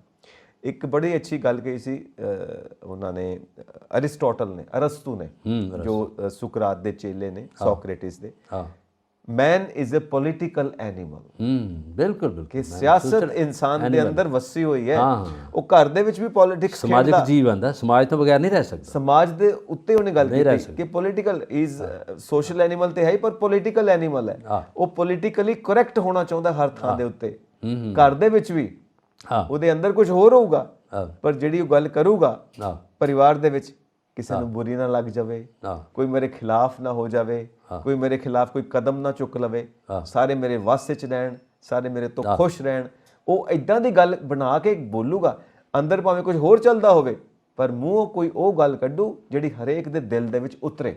ਜਿਸ ਤਰ੍ਹਾਂ ਦਾਰਸ਼ਨਿਕ ਕਹਿੰਦੇ ਆ ਨਾ ਗੱਲ, ਜਿਸ ਤਰ੍ਹਾਂ ਤੁਹਾਡੇ ਨਾਲ ਇੱਕ ਮਿਲਦੀ ਜੁਲਦੀ ਵੀ ਆ। ਰੂਸੋ ਨੇ ਵੀ ਕਿਹਾ ਕਿ ਮੈਨ ਇਜ਼ ਬੋਰਨ ਫਰੀ, ਜਦੋਂ ਜੰਮਦਾ man is born free, but everywhere he is under chain.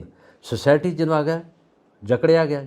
Chain ਕਿਹੜੀਆਂ ਹੈਗੀਆਂ? ਲਾਲਸਾ, ਲੋੜਾਂ, ਹੈ ਨਾ, ਲੋਕਾਂ ਦੀ ਰਿਸ਼ਤੇਦਾਰੀ, ਲੋਕਾਂ ਨੂੰ ਦਿਖਾਵਾ, ਹੈ ਨਾ, ਉਹ ਸਾਰੇ ਜਕੜਿਆ ਜਾਂਦਾ। ਬਾਅਦ 'ਚ ਜਦੋਂ ਆਉਂਦਾ ਉਦੋਂ ਤਾਂ ਫਰੀ ਆਉਂਦਾ, ਉਦੋਂ ਬਾਅਦ ਤਾਂ ਕੋਈ ਨਹੀਂ ਹੁੰਦੀ। ਇੱਕੋ ਹੀ ਰੋਗ ਸਾਡੇ ਮਨ ਨੂੰ, ਇੱਕੋ ਹੀ ਰੋਗ, ਕੀ ਕਹਿਣਗੇ ਲੋਕ। ਬਸ ਇਹ ਕੀ ਕਹਿਣਗੇ ਲੋਕ ਜਿਹੜੇ ਨੇ ਨਾ, ਇਹ ਬੰਦੇ ਨੂੰ ਪੋਲੀਟੀਕਲੀ ਕਰੈਕਟ ਹੋਣਾ ਸਿਖਾਉਂਦੇ ਨੇ। ਭਾਵੇਂ ਅੰਦਰੋਂ ਜਿੰਨਾ ਮਰਜ਼ੀ ਗਲਤ ਹੋਵੇ, ਪਰ ਲੱਗਣਾ ਇਹ ਚਾਹੀਦਾ ਮੈਂ ਬਿਲਕੁਲ ਸਹੀ ਹਾਂ। ਉਹ ਜਿਵੇਂ ਕਹਿੰਦੇ ਨੇ ਨਾ, ਕੱਪੜੇ ਸਫੇਦ ਹੋ, ਮਨ ਚਾਹੇ ਕਾਲਾ ਹੋ, ਅੰਦਰ ਅੰਧੇਰਾ ਪਰ ਬਾਹਰ ਉਜਾਲਾ ਹੋ। ਇਹ ਹੈ ਪੋਲੀਟੀਕਲੀ ਕਰੈਕਟ ਹੋਣਾ। ਇਹ ਹੈ। ਸੋ ਜਦੋਂ ਅਸੀਂ ਸਿਆਣੇ ਕਹਿੰਦੇ ਨੇ, ਸਾਈਕੋਲੋਜਿਸਟ ਦੀ ਜਿੱਦਾਂ ਤੁਸੀਂ ਗੱਲ ਕੀਤੀ ਹੈ, ਕਿ ਜਦੋਂ ਅਸੀਂ ਬਾਥਰੂਮ 'ਚ ਹੁੰਦੇ ਆ ਨਾ, ਨੰਗੇ ਨਹਾ ਰਹੇ ਆ, ਉਸ ਵੇਲੇ ਅਸੀਂ ਬਿਲਕੁਲ ਸਹੀ ਆ, ਸਾਡਾ ਓਰੀਜਨਲ ਰੂਪ ਉਹ ਹੁੰਦਾ। ਪਰ ਜਿਸ ਵੇਲੇ ਅਸੀਂ ਬਾਥਰੂਮ ਤੋਂ ਬਾਹਰ ਆਏ, ਉਹ ਟਾਵਲ ਬੰਨ੍ਹ ਲਿਆ ਨਾ, ਅਸੀਂ ਆਰਟੀਫੀਸ਼ੀਅਲ ਹੋ ਗਏ। ਔਰ ਬਾਥਰੂਮ ਤੋਂ ਬਾਹਰ ਆਉਂਦੇ ਹੀ ਅਸੀਂ ਹੋ ਗਏ ਆਰਟੀਫੀਸ਼ੀਅਲ, ਨਕਲੀ, ਕਿਉਂਕਿ ਫਿਰ ਅਸੀਂ ਟਾਵਲ ਬੰਨ੍ਹ ਲਿਆ, ਅਸੀਂ ਕੱਪੜੇ ਪਾ ਲਏ, ਅਸੀਂ ਸੋਹਣੇ ਲੱਗੀਏ, ਅਸੀਂ ਜਚੀਏ, ਫਿਰ ਉਦਾਂ ਦੀਆਂ ਸੋਹਣੀਆਂ ਗੱਲਾਂ ਕਰੀਏ, ਅੰਦਰ ਭਾਵੇਂ ਜੋ ਮਰਜ਼ੀ ਹੋਵੇ। ਬਾਥਰੂਮ 'ਚ ਬੰਦਾ ਸਿੰਗਰ ਵੀ ਬਣ ਜਾਂਦਾ। ਤੁਸੀਂ ਕਿਸੇ ਨੂੰ ਵੇਖੋ, ਬਾਹਰ ਨਹੀਂ ਗਾਊਗਾ, ਭਾਵੇਂ ਰਜਾਈ 'ਚ ਮੂੰਹ ਪਾ ਕੇ ਭਾਵੇਂ ਗਾਉਂਦਾ, ਤੇ ਬਾਥਰੂਮ 'ਚ ਗਾ ਰਿਹਾ, ਪਾਣੀ ਦੇ, ਜਦੋਂ ਪਾਣੀ ਡਿੱਗ ਰਿਹਾ ਸਿਰ 'ਚ ਜਾ ਆ ਰਿਹਾ, ਹੈ ਨਾ, ਉਹ ਉਦੋਂ ਨੱਚ ਰਿਹਾ ਉੱਥੇ, ਹੈ ਨਾ। ਇਕੱਲਾ ਦਾਰਸ਼ਨਿਕ ਵੀ ਆ, ਫਿਲਾਸਫਰ ਵੀ ਆ, ਉਹਦੇ 'ਚ ਕਈ ਰੂਪ ਹੁੰਦੇ। ਉਦੋਂ ਮੁੰਡੇ ਹੋਸਟਲ 'ਚ ਰਹਿੰਦੇ ਸੀ ਕਾਲਜ ਦੇ ਵਿੱਚ, ਤੇ ਜਿਹੜਾ ਵੀ ਮੁੰਡਾ ਨਹਾਉਣ ਜਾਇਆ ਕਰੇ, ਉੱਚੀ ਉੱਚੀ ਗਾਣਾ ਗਾਇਆ ਕਰੇ। ਤੇ ਕੋਈ ਉੱਥੇ ਜਾਂਦਾ ਸੀ, ਕਹਿੰਦਾ ਯਾਰ ਤੁਸੀਂ ਮਿਊਜ਼ਿਕ ਦੇ ਬੜੇ ਸ਼ੌਕੀਨ ਲੱਗਦੇ ਹੋ। ਵੀ ਜਿਹੜਾ ਵੀ ਜਾਂਦਾ ਗਾਉਂਦਾ ਅੰਦਰ ਜਾ ਕੇ ਬਾਥਰੂਮ ਦੇ ਵਿੱਚ, ਬੜਾ ਉੱਚੀ ਉੱਚੀ ਗਾਉਂਦਾ, ਬੜੇ ਸ਼ੌਕੀਨ ਹੋ ਮਿਊਜ਼ਿਕ ਦੇ। ਕਹਿੰਦੇ ਨਹੀਂ ਸਰ, ਇਦਾਂ ਦੀ ਕੋਈ ਗੱਲ ਨਹੀਂ, ਉਹ ਬਾਥਰੂਮ 'ਚ ਨਾ ਕੁੰਡੀ ਨਹੀਂ ਹੈਗੀ, ਇਸ ਕਰਕੇ ਸਭ ਨੂੰ ਪਤਾ ਲੱਗੇ ਅੰਦਰ ਕੋਈ ਨਹਾਉਂਦਾ ਪਿਆ, ਮੈਂ ਅੰਦਰ ਨਾ ਜਾਵਾਂ। ਹਾਂ ਕਿ ਮੈਂ ਤਾਂ ਸੇਫ ਰਵਾਂ। ਸੋ ਗੱਲ ਇਹ ਹੈ ਕਿ ਪੋਲੀਟੀਕਲੀ ਕਰੈਕਟ ਹੋਣਾ ਜ਼ਿਆਦਾ ਜ਼ਰੂਰੀ ਹੈ, ਔਰ ਇਹੀ ਗੇਮ ਖੇਡਦੇ ਨੇ ਸਾਡੇ ਨੇਤਾ, ਜਿਹਨੂੰ ਅਸੀਂ ਕਹਿੰਦੇ ਆ ਪਪੂਲਰ ਪੋਲਿਟਿਕਸ। ਅੰਦਰ ਦੀ ਗੇਮ ਕੁਝ ਹੋਰ ਆ, ਅੰਦਰ ਕੁਝ ਹੋਰ ਚੱਲਦਾ ਪਿਆ, ਕੋਈ ਹੋਰ ਖਿਚੜੀ ਬਣਦੀ ਪਈ ਹੈ, ਅੰਦਰ ਦੀ ਗੇਮ ਕੁਝ ਹੋਰ ਖੇਡਦੇ ਪਏ ਨੇ, ਪਰ ਉੱਤੋਂ ਬੜੇ ਸਾਫ ਸੁਥਰੇ, ਪਾਕ ਸਾਫ, ਪੋਲੀਟੀਕਲੀ ਕਰੈਕਟ, ਐਵਰੀਥਿੰਗ ਓਕੇ ਜੀ, ਕਿਤੇ ਕੋਈ ਗੜਬੜ ਨਹੀਂ। ਪਰ ਜਦੋਂ ਰਿਜ਼ਲਟ ਸਾਹਮਣੇ ਆਉਂਦੇ ਨੇ, ਆ ਦੇਖ ਲਓ, ਮੋਹਾਲੀ ਦੇ ਵਿੱਚ ਬੰਬ ਬਲਾਸਟ ਹੋ ਗਿਆ, ਪਟਿਆਲਾ ਦੇ ਵਿੱਚ ਫਿਰ ਤੋਂ ਮੁੱਦੇ ਖੜੇ ਕਰਨ ਲੱਗ ਪਏ, ਲੁਧਿਆਣਾ ਦੇ ਵਿੱਚ ਕੋਰਟ ਦੇ ਵਿੱਚ ਬੰਬ ਬਲਾਸਟ ਹੋਇਆ, ਰੋਜ਼ ਆਏ ਦਿਨ ਕੋਈ ਨਾ ਕੋਈ ਸਟੇਟਮੈਂਟ। ਮਾਨ ਜੀ ਇਹ ਨਹੀਂ ਕਰਦੇ ਪਏ, ਭਗਵੰਤ ਮਾਨ ਉਹ ਨਹੀਂ ਕਰਦੇ ਪਏ। ਹੁਣ ਸਿੱਧੂ ਸਾਹਿਬ ਮਿਲ ਕੇ ਆਏ ਨੇ, ਆਪਣਾ ਵਿਕਾਸ ਮਾਡਲ ਦੇ ਕੇ ਆਏ ਨੇ ਸੀਐਮ ਸਾਹਿਬ ਨੂੰ, ਦੇਖੋ ਇਹ ਵੀ ਨਵੀਂ ਨਿਊਜ਼ ਹੈ। ਹੁਣ ਕੱਲ ਨੂੰ ਉਹ ਮਾਨ ਸਾਹਿਬ ਇਹ ਨਹੀਂ ਕਰਦੇ, ਉਹ ਕੁਝ ਹੋਰ ਕਰਦੇ ਨੇ, ਲੈ ਮੈਂ ਤਾਂ ਗਿਆ ਸੀ, ਮੈਂ ਤਾਂ ਕਹਿ ਕੇ ਆਇਆ ਸੀ, ਮੈਂ ਤਾਂ ਸਾਰਾ ਮਾਡਲ ਦੱਸ ਕੇ ਆਇਆ ਸੀ, ਹੁਣ ਅਗਲੇ ਨਾ ਕਰਨ ਤੇ ਮੈਂ ਕੀ ਕਰਾਂ, ਮੇਰੇ ਕੋਲ ਪਾਵਰ ਨਹੀਂ ਹੈਗੀ। ਹੁਣ ਗੱਲਾਂ ਇਹ ਹੋਣਗੀਆਂ। ਹੁਣ ਜੇ ਸਿਆਣੇ ਕਹਿਣ ਜਦੋਂ ਤੁਹਾਡੇ ਕੋਲ ਪਾਵਰ ਸੀ, ਉਦੋਂ ਸਿੱਧੂ ਦਾ ਵਿਕਾਸ ਮਾਡਲ ਕਿੱਥੇ ਸੀ, ਉਦੋਂ ਕਿਉਂ ਨਹੀਂ ਲਾਗੂ ਕੀਤਾ, ਕੋਈ ਗੱਲ ਕਿਉਂ ਨਹੀਂ ਕੀਤੀ, ਉਦੋਂ ਵੀ ਲਾਗੂ ਕਰਦੇ, ਤੁਹਾਡੀ ਆਪਣੀ ਪਾਰਟੀ ਸੀ, ਤੁਹਾਡੇ ਆਪਣੇ ਬੰਦੇ ਸੀ, ਤੁਹਾਡੀ ਆਪਣੀ ਵਜ਼ਾਰਤ ਸੀ, ਉਦੋਂ ਕਿਉਂ ਨਹੀਂ ਲਾਗੂ ਹੋਇਆ। ਹੁਣ ਦੂਜਿਆਂ ਤੋਂ ਤੁਸੀਂ ਉਮੀਦ ਕਰਦੇ ਹੋ ਲਾਗੂ ਕਰਨ, ਠੀਕ ਆ, ਉਮੀਦ ਕਰਨੀ ਵੀ ਚਾਹੀਦੀ ਹੈ। ਜੇ ਕੋਈ ਚੰਗੀ ਗੱਲ ਹੋਵੇ ਤਾਂ ਸਾਰੇ ਮੰਨਣ, ਕਿਉਂਕਿ ਅਸੀਂ ਪੰਜਾਬ ਦੇ ਵਿਕਾਸ ਦੀ ਗੱਲ ਕਰਨੀ, ਪੰਜਾਬ ਨੂੰ ਅੱਗੇ ਲੈ ਕੇ ਜਾਣਾ, ਭਾਵੇਂ ਉਹ ਸਿੱਧੂ ਸਾਹਿਬ ਕਹਿਣ, ਭਾਵੇਂ ਕੋਈ ਉਹ ਹੋਰ ਕਵੇ, ਭਾਵੇਂ ਸਿੱਧੂ ਸਾਹਿਬ ਨਾ ਕਹਿਣ, ਭਾਵੇਂ ਕੋਈ ਵੀ ਨਾ ਕਵੇ, ਪਰ ਅਸੀਂ ਸਾਰੇ ਮਿਲ ਕੇ ਤਾਂ ਕਹਿੰਦੇ ਹੀ ਪਏ ਹਾਂ ਕਿ ਪੰਜਾਬ ਦਾ ਵਿਕਾਸ ਹੋਣਾ ਚਾਹੀਦਾ। ਵਿਕਾਸ ਮਾਡਲ ਕਿਹੜਾ, ਉਹ ਕਿਤੋਂ ਵੀ ਆ ਜਾਏ, ਉਹ ਆਈਡੀਆ ਕਿਤੋਂ ਵੀ ਹੋਵੇ ਵਿਕਾਸ ਮਾਡਲ ਦਾ, ਸਾਨੂੰ ਅਪਣਾਉਣਾ ਚਾਹੀਦਾ ਔਰ ਵਿਕਾਸ ਕਰਨਾ ਚਾਹੀਦਾ। ਜਿਸ ਤਰ੍ਹਾਂ ਨਵਜੋਤ ਸਿੱਧੂ ਦੀ ਗੱਲ ਕੀਤੀ ਤੁਸੀਂ, ਹੁਣੇ ਰੀਸੈਂਟਲੀ ਇਹਨਾਂ ਨੇ ਮੀਟਿੰਗ ਕੀਤੀ ਹੈ, ਮੁਲਾਕਾਤ ਕੀਤੀ ਹੈ ਭਗਵੰਤ ਮਾਨ ਜੀ ਹੋਰਾਂ ਨਾਲ, ਔਰ ਉਹਨਾਂ ਨੇ ਇਹਨਾਂ ਨੂੰ ਖੁੱਲ੍ਹਾ ਟਾਈਮ ਦਿੱਤਾ, ਘੰਟਾ ਕੁ ਗੱਲਬਾਤ ਰਹੀ ਇਹਨਾਂ ਦੀ, ਪਰ ਉਹਦੇ ਵਿੱਚ ਜਿਹੜੀ ਪ੍ਰਤੀਕਿਰਿਆ ਲੋਕਾਂ ਦਾ ਹੰਗਾਰਾ, ਉਹ ਕੋਈ ਇੰਨਾ ਭਰਮਾ ਨਹੀਂ ਗਾ। ਲੋਕ ਇਸ ਗੱਲ ਤੇ ਬਹੁਤਾ ਨਹੀਂ ਲੋਕਾਂ ਨੇ ਇੰਟਰਸਟ ਦਿਖਾਇਆ। ਗੱਲ ਇਹ ਹੈ ਕਿ ਜੇ ਜਿਸ ਤਰ੍ਹਾਂ ਤੁਸੀਂ ਗੱਲ ਕੀਤੀ, ਜੇ ਉਹਨਾਂ ਨੇ ਮਾਡਲ ਲੈ ਕੇ ਪੇਸ਼ ਕੀਤਾ, ਪਰ ਉਹਦੇ 'ਚ ਕੁਛ ਜੇ ਲੈ ਕੇ ਜਾਂਦੇ ਤਾਂ ਕੋਈ ਇੰਟੈਲੈਕਚੁਅਲ ਕੁਛ ਬੰਦੇ ਚੰਗੇ ਜਿਹੜੇ ਸੁਝਾਅ ਦੇਣ ਵਾਲੇ ਆ, ਜਿਹੜੇ ਅੱਛੇ ਲੋਕ ਆ, ਉਹ ਤਾਂ ਨਾਲ ਲੈ ਕੇ ਜਾਣਾ ਚਾਹੀਦਾ। ਜੇ ਕੋਈ ਗਰੁੱਪ ਲੈ ਜਾਂਦੇ ਇਹਨਾਂ ਨਾਲ ਗੱਲ ਕਰਦੇ।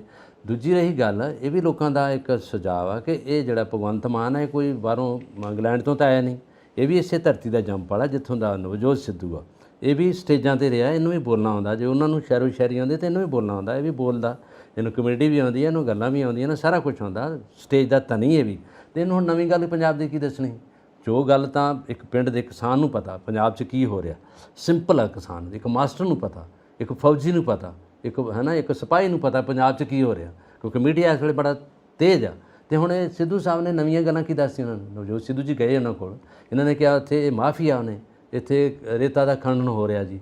ਇਹ ਗੱਲਾਂ ਤਾਂ ਇੱਕ ਬਿਲਕੁਲ ਰੂਟੀਨ ਦੀਆਂ ਹੈਗੀਆਂ, ਕੋਈ ਨਵੀਂ ਗੱਲ ਤਾਂ ਨਹੀਂ ਜਿਹੜੀ ਇਨਕਸ਼ਾਫ ਹੋਇਆ, ਕੋਈ ਮੀਡੀਆ ਦੇ ਸਾਹਮਣੇ ਨਵੀਂ ਗੱਲ ਨਹੀਂ ਆਈ। ਇਹਨਾਂ ਨੇ ਇਹ ਕਿਹਾ ਜੀ ਇੱਥੇ ਮਾਫੀਆ ਬੜੇ ਆ ਗਏ ਆ, ਪੰਜਾਬ ਨੂੰ ਖੁਸ਼ਹਾਲ ਬਣਾਉਣਾ ਜੀ, ਤੁਸੀਂ ਆਹ ਕਰਨਾ ਜੀ, ਵਿਦਿਆ ਨੂੰ ਅੱਗੇ ਲੈ ਕੇ ਜਾਓ ਜੀ, ਜਿਹੜੀਆਂ ਗੱਲਾਂ ਆਮ ਚੱਲ ਰਹੀਆਂ। ਫਿਰ ਹੁਣ ਜੇ ਕੋਈ ਨਵੀਂ ਗੱਲ ਤਾਂ ਉਹਨਾਂ ਨੂੰ ਦੱਸ ਦਈਏ, ਕੋਈ ਜਿਹੜੀ ਗੱਲ ਉਹਨਾਂ ਦੇ ਦਿਮਾਗ 'ਚ ਨਹੀਂ।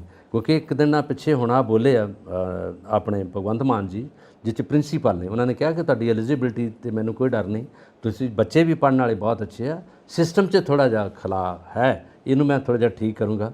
ਪਰ ਜਿਸ ਤਰ੍ਹਾਂ ਬਾਹਰਲੇ ਦੇਸ਼ ਨੇ, ਜਿਸ 'ਚ ਨੀਦਰਲੈਂਡ ਵੀ ਹੈ, ਜਿਸ 'ਚ ਅਮਰੀਕਾ ਵੀ ਹੈ, ਜਿਸ 'ਚ ਬਹੁਤ ਹੋਰ ਕੰਟਰੀ ਹੈ, ਉਹ 'ਚ ਮੈਂ 20 25 ਜਾਂ 50 ਟੀਚਰਾਂ ਦਾ ਇੱਕ ਵਫਦ ਭੇਜੂੰਗਾ। ਪਰ ਉਹਨਾਂ ਇੱਦਾਂ ਨਹੀਂ ਪੜ੍ਹਾਉਣਾ, ਉਹਨਾਂ ਟ੍ਰੇਨਿੰਗ ਦੇਣੀ ਆ, ਪੈਸਾ ਉਹ ਮੈਂ ਪੈਸਾ ਪੇ ਕਰੂੰਗਾ। ਉਹਨੇ ਗੱਲ ਕਹੀ ਉਹਨਾਂ ਨਾਲ, ਪਰ ਉਹ ਆਂਦਾ ਜੇ ਤੁਸੀਂ ਆਨੇ ਵੀ, ਇੱਕ ਉਹਨਾਂ ਨੇ ਗੱਲ ਬੜੀ ਅੱਛੀ ਕੀਤੀ, ਆਂਦਾ ਵੀ ਜੇ ਤੁਸੀਂ ਆਨੇ ਸਰਕਾਰੀ ਬੱਸ ਜਾ ਰਹੀ ਹੈ, ਤੁਸੀਂ ਕਹਿਣਾ ਨਹੀਂ ਯਾਰ ਇੱਥੇ ਨਾ ਹੀ ਪਾਓ, ਇਹ ਪਤਾ ਨਹੀਂ ਕਿੱਥੇ ਖਲੋ ਜਾਣੀ ਹੈ। ਜੇ ਤੁਸੀਂ ਕਿਹਾ ਯਾਰ ਕੋਈ ਸਰਕਾਰੀ ਸਕੂਲ 'ਚ ਬੱਚਾ ਪਾ ਦਿੰਦਾ, ਪਤਾ ਨਹੀਂ ਕਿਹੜੇ ਵੇਲੇ ਫੇਲ ਹੋ ਜਾਣਾ, ਇੱਧਰ ਨਾ ਹੀ ਪਾਓ।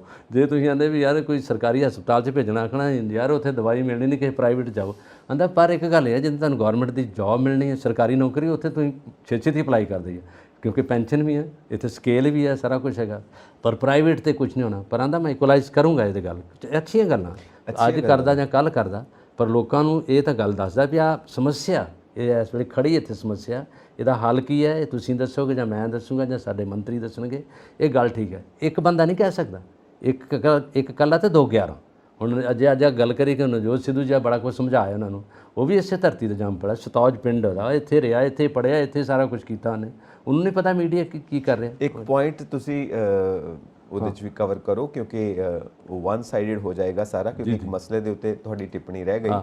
ਉਹ ਮਸਲਾ ਸੀ ਕਿ ਜਿਹੜਾ ਮੈਂ ਪਹਿਲਾਂ ਗੱਲ ਕੀਤੀ ਸੀ, ਘੱਟ ਗਿਣਤੀ ਹਾਂ ਜੋ ਕੋਰਟ ਸਟੈਪ ਲੈ ਰਿਹਾ ਬਿਲਕੁਲ ਬਿਲकुल ਔਰ ਜੋ ਦੇਸ਼ ਦਰੋਹ ਦੇ ਮਾਮਲੇ ਨੇ ਉਹਦੇ ਉੱਤੇ ਕੋਰਟ ਸਟੈਪ ਲੈ ਰਿਹਾ, ਉਹਦੇ ਉੱਤੇ ਤੁਹਾਡੀ ਟਿੱਪਣੀ ਰਹਿ ਗਈ ਹੈ ਕਿਉਂਕਿ ਮੈਂ ਤੇ ਆਪਣੀ ਗੱਲ ਕੀਤੀ। ਉਹ ਤੁਸੀਂ ਕੀ ਕਹਿਣਾ ਚਾਹੋਗੇ ਇਸ ਮਸਲੇ ਦੇ ਉੱਤੇ? ਜਿਹੜੀ ਘੱਟ ਗਿਣਤੀ ਦਾ ਸੁਪਰੀਮ ਕੋਰਟ ਨੇ ਜਵਾਬ ਮੰਗਿਆ ਸੈਂਟਰ ਕੋਲੋਂ, ਸੈਂਟਰ ਨੂੰ ਪੁੱਛਿਆ ਗਿਆ ਕਿ ਜਿੱਥੇ ਘੱਟ ਗਿਣਤੀ ਦੀ ਸ਼ਨਾਖਤ ਆ, ਜਿੱਥੇ ਜ਼ਿਆਦਾ ਗਿਣਤੀ ਆ ਉਹ ਕੀ ਹੈ, ਤੇ ਜਿਹਦੇ ਤੇ ਤੁਸੀਂ ਹੁਣ ਤੱਕ ਜਵਾਬ ਨਹੀਂ ਦਿੱਤਾ।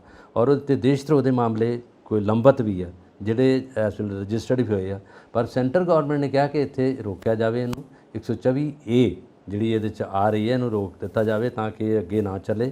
ਤਾਂ ਇਹਦੇ 'ਤੇ ਅੱਗੇ ਅਜੇ ਪੈਂਡਿੰਗ ਰੱਖਦੇ ਆ, ਪਰ ਸੁਪਰੀਮ ਕੋਰਟ ਇਹਦੇ 'ਤੇ ਨਾ ਖੁਸ਼ ਆ। ਉਹਨਾਂ ਨੇ ਕਿਹਾ ਕਿ ਮਾਮਲਾ ਥੋੜ੍ਹਾ ਜਿਹਾ ਪਬਲ ਭੂਸੇ 'ਚ ਹੈ, ਇਹਨੂੰ ਕਲੀਅਰ ਕਰਨਾ ਚਾਹੀਦਾ ਸੈਂਟਰ ਨੂੰ ਤਾਂ ਕਿ ਪਤਾ ਲੱਗੇ ਕਿ ਇਹ ਕੀ ਚਾਹੁੰਦੇ ਆ।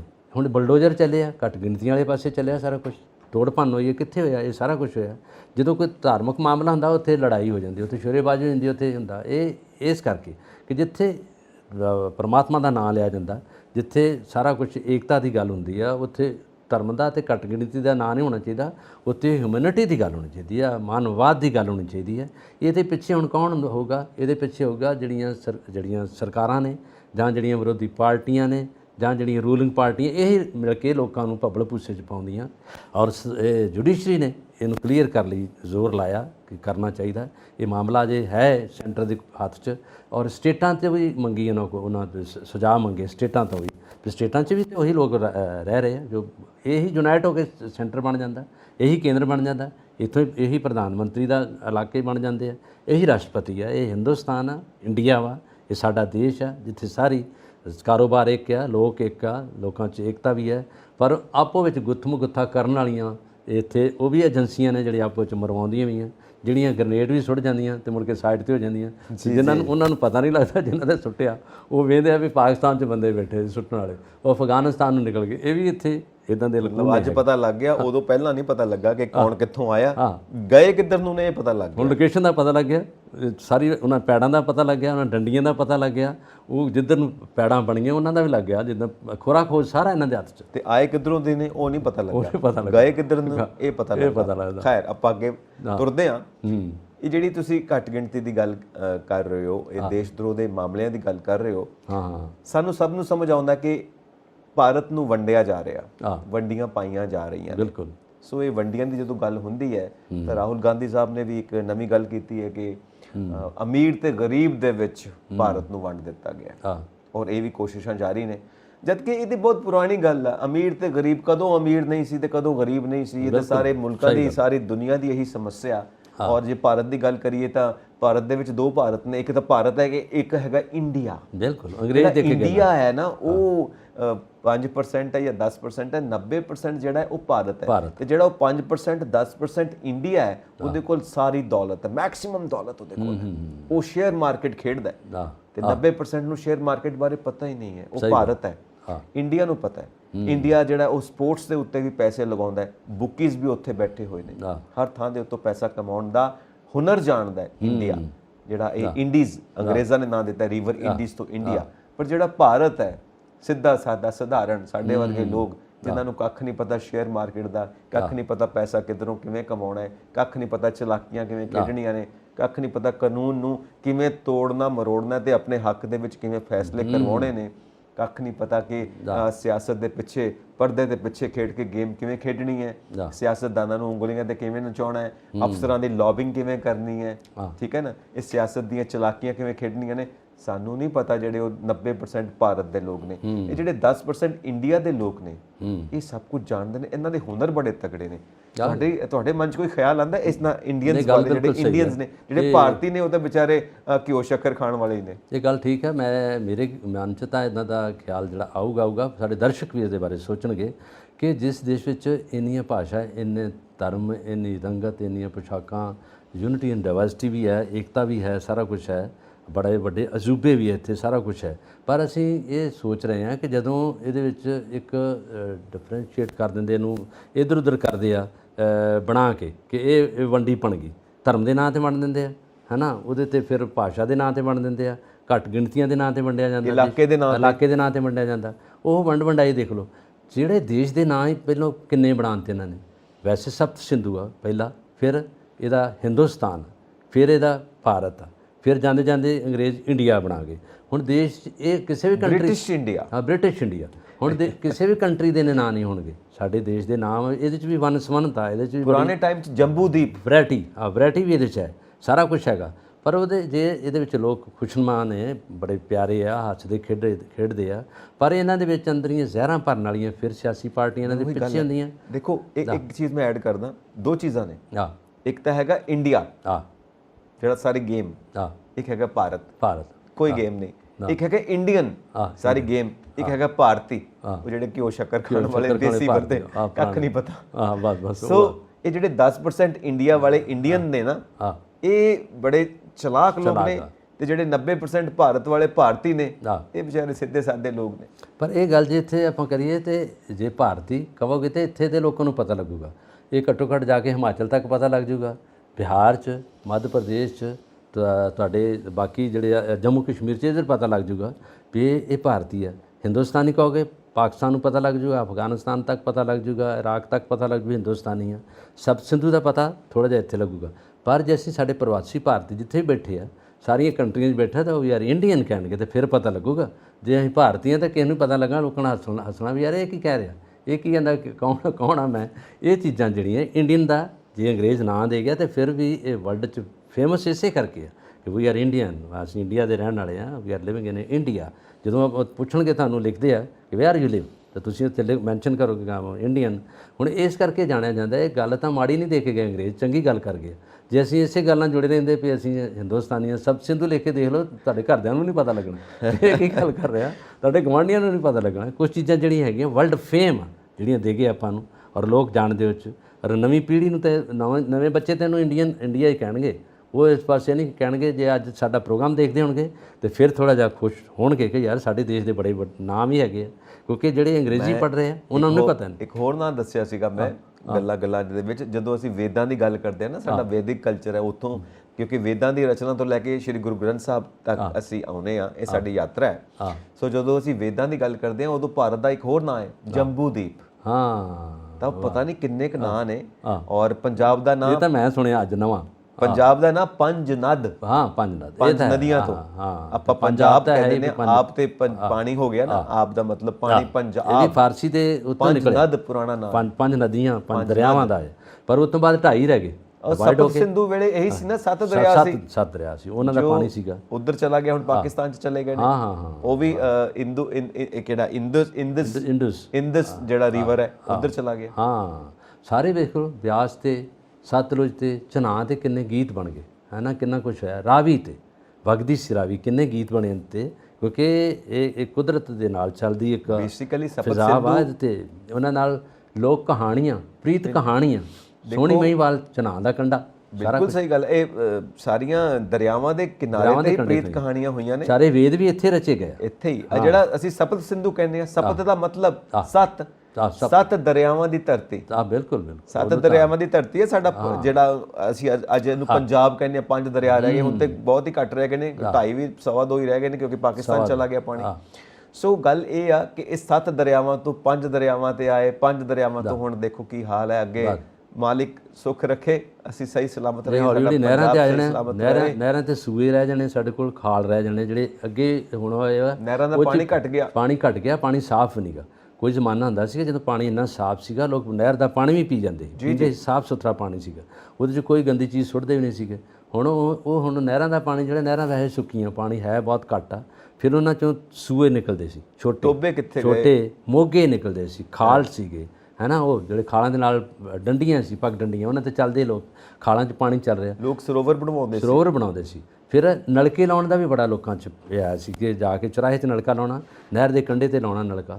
ਨਹਿਰ ਦੇ ਕੰਢੇ ਦੇ ਨਲਕੇ ਦਾ ਪਾਣੀ ਜੇ ਤੁਸੀਂ ਪੀਓਗੇ ਤਾਂ ਫਰਿੱਜ 'ਚ ਦਾ ਪਾਣੀ ਵੀ ਉਨਾ ਠੰਡਾ ਨਹੀਂ ਹੋਊਗਾ, ਉਹ ਕੁਦਰਤੀ ਪਾਣੀ ਇੰਨਾ ਮਿੱਠਾ ਹੁੰਦਾ। ਦੇਖੋ ਬਲਕਾਰ ਜੀ, ਮੈਂ ਤੇ ਕਈ ਵਾਰ ਇਹ ਵੀ ਸੋਚਦਾ ਕਿ ਜਿਹੜੇ ਸਾਡੇ ਮਹਾਂਪੁਰਖਾਂ ਦੀਆਂ ਸਾਖੀਆਂ 'ਚ ਆਉਂਦਾ ਨਾ ਕਿ ਤੀਰ ਮਾਰਿਆ ਤੇ ਧਰਤੀ ਤੋਂ ਪਾਣੀ ਕੱਢ ਲਿਆ, ਉਹਨਾਂ ਨੇ ਇੱਥੇ ਜਾ ਕੇ ਟੱਕ ਮਾਰਿਆ, ਧਰਤੀ ਤੋਂ ਪਾਣੀ ਕੱਢ ਲਿਆ। ਮੈਨੂੰ ਕਈ ਵਾਰ ਇਦਾਂ ਲੱਗਦਾ ਕਿ ਵਾਟਰ ਟੇਬਲ ਸਾਡਾ ਬਹੁਤ ਉੱਚਾ ਸੀ, ਪਾਣੀ ਬੜਾ ਨੇੜੇ ਸੀ ਧਰਤੀ ਤੋਂ, ਔਰ ਛੇਤੀ ਪਾਣੀ ਬਾਹਰ ਆ ਜਾਂਦਾ ਸੀ। ਜਿਹੜਾ ਅੱਜ 300 ਫੁੱਟ 400 ਫੁੱਟ ਚਲਾ ਗਿਆ, ਪਹਿਲਾਂ ਸ਼ਾਇਦ ਉਹ 5-10 ਫੁੱਟ ਤੇ ਹੀ ਹੋਣਾ, ਜਿਹੜਾ ਇਦਾਂ ਪਾਣੀ ਬਾਹਰ ਆ ਜਾਂਦਾ ਸੀ। ਗੱਲ ਹੁਣ ਦੀ ਵੀ ਗੱਲ ਪਤਾ ਕੀ ਹੈਗਾ, ਜਿਹੜਾ ਬਿਆਸ ਦਾ ਕੰਢਾ ਹੈਗਾ, ਬਿਆਸ ਦੇ ਨਾਲ ਇਹਦੇ ਨਾਲ ਬਹੁਤ ਪਿੰਡ ਹੈ, ਵੈਰੋਵਾਲਾ, ਗਗੜੇਵਾਲਾ, ਰਈਏ ਤੋਂ ਅੱਗੇ ਨੂੰ ਜਾਂਦੇ ਜਦੋਂ ਅੰਮ੍ਰਿਤਸਰ ਜ਼ਿਲ੍ਹੇ ਦਾ ਏਰੀਆ, ਗੋਇੰਦਵਾਲ ਸਾਹਿਬ ਆ, ਇਹਦੇ 'ਚ ਹਰੀਕੇ ਪੱਤਣ ਹੈ ਹੈਡ।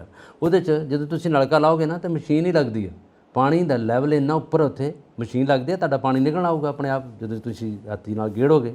ਅਸੀਂ ਖੁਦ ਮੈਂ ਚਲਾਇਆ ਵੀ ਹੈ, ਪਤਾ ਵੀ ਆ ਮਸ਼ੀਨ ਦੇ ਨਾਲ ਜੇ ਇੱਕ ਦਾ ਪਾਈਪ ਹੋਗਾ ਤੁਹਾਡੀ ਬੋਕੀ ਲੱਗੀ, ਪਾਣੀ ਆਊਗਾ ਉੱਪਰ ਨੂੰ। ਇਹ ਲੈਵਲ ਆ ਪਾਣੀ ਦਾ, ਕਿਉਂਕਿ ਜਿਹੜਾ ਦਰਿਆ ਦਾ ਪਾਣੀ ਆ ਰਿਹਾ ਤੇ ਉਹ ਸਿਮ ਰਿਹਾ ਪਾਣੀ ਉੱਥੇ ਆ ਰਿਹਾ, ਰੇਤਲਾ ਇਲਾਕਾ, ਔਰ ਪਾਣੀ ਦੀ ਜਿਹੜੀ ਹੈ ਲਹਿਰ ਉੱਥੋਂ ਆ ਰਹੀ ਹੈ ਪਹਾੜਾਂ ਤੋਂ। ਪਾਣੀ ਸਾਫ ਸੁਥਰਾ ਬੜਾ ਸਵੱਛ ਪਾਣੀ ਹੈ, ਲੋਕ ਜਿਹੜਾ ਪੀਂਦੇ ਆ। ਝੋਨਾ ਬਹੁਤ ਅੱਛਾ ਉੱਥੇ ਹੁੰਦਾ, ਬਾਕੀ ਕਣਕ ਬਹੁਤ ਹੁੰਦੀ ਹੈ, ਤੁਹਾਨੂੰ ਉੱਥੇ ਖਾਦ ਪਾਉਣ ਦੀ ਲੋੜ ਨਹੀਂ ਗੀ। ਉੱਥੇ ਤੁਹਾਡਾ ਕੁਦਰਤੀ ਫਸਲ ਜਿਹੜੀ ਲੰਬੀ ਹੋ ਜਾਂਦੀ, ਤੁਹਾਡੇ ਲੱਕ ਤੋਂ ਉੱਪਰ ਚਲ ਜਾਂਦੀ ਹੈ ਫਸਲ, ਬਾਜਰਾ, ਝੋਨਾ, ਮੱਕੀ, ਜੋ ਮਰਜ਼ੀ ਬੀਜੋ। ਉੱਥੇ ਦਰਿਆਵਾਂ ਦੀ ਗੱਲ ਕੀਤੀ ਹੈ ਨਾ, ਹੁਣ ਜਾਂਦੇ ਜਾਂਦੇ ਦਰਿਆਵਾਂ ਦੇ ਤਰਬੂਜ਼ ਬੜੇ ਟੇਸਟੀ ਹੁੰਦੇ ਨੇ, ਤੇ ਗਰਮੀਆਂ ਦਾ ਮਹੀਨਾ ਹੈ ਤੇ ਤਰਬੂਜ਼ ਖਾਈਏ। ਹੁਣ ਚੱਲ ਕੇ ਗੱਲਾਂ ਬਾਵਾ ਹੋ ਗਈਆਂ ਨੇ। 95% ਪਾਣੀ ਹੈ ਇਹਦੇ 'ਚ, 93-95 ਦੇ ਕਰੀਬ। ਵਾਟਰਮੈਲਨ ਉਹਦਾ ਨਾਮ ਹੀ ਮਤੀਰਾ ਵੀ ਆਂਦੇ, ਵਾਟਰਮੈਲਨ ਹੈ। ਹਦਵਾਣਾ, ਮਤੀਰਾ, ਵਾਟਰਮੈਲਨ ਅੰਗਰੇਜ਼ੀ 'ਚ ਕਹਿੰਦੇ ਆ। ਪਾਣੀ ਦਾ ਜਿਹੜਾ ਖਰਬੂਜ ਤਰਬੂਜਾ ਹੈ, ਔਰ ਇਹਦੇ 'ਚ ਇਹ ਲਾਲ ਰੰਗ ਦਾ, ਦੇਖੋ ਇਹਨੂੰ ਕੱਟ ਕੇ ਫਰਿੱਜ 'ਚ ਲਾ ਦਿਓ, ਮਜ਼ੇ ਨਾਲ ਖਾਓ, ਤੁਹਾਨੂੰ ਮਾਲ ਹੋ ਗਈ। ਹੁਣ ਮੇਰਾ ਵੀ ਜੀ ਕਰਦਾ, ਚਿੱਤ ਕਰਦਾ ਕਿ ਆਪਾਂ ਚੱਲ ਕੇ ਖਰਬੂਜ਼ਾ ਖਾਈਏ। ਵਾਵਾ ਗੱਲਾਂ ਹੋ ਗਈਆਂ ਨੇ, ਸਤਿ ਸ੍ਰੀ ਅਕਾਲ ਕਰੀਏ ਤੇ ਫਿਰ ਖਰਬੂਜ਼ੇ ਵੱਲ, ਤਰਬੂਜ਼ ਵੱਲ ਚਾਲੇ ਪਾਏ ਜਾਣ। ਚਲੋ ਜੀ, ਬਹੁਤ ਚਲੋ ਜੀ, ਬਹੁਤ ਬਹੁਤ ਸ਼ੁਕਰੀਆ। ਸਤਿ ਸ੍ਰੀ ਅਕਾਲ ਜੀ।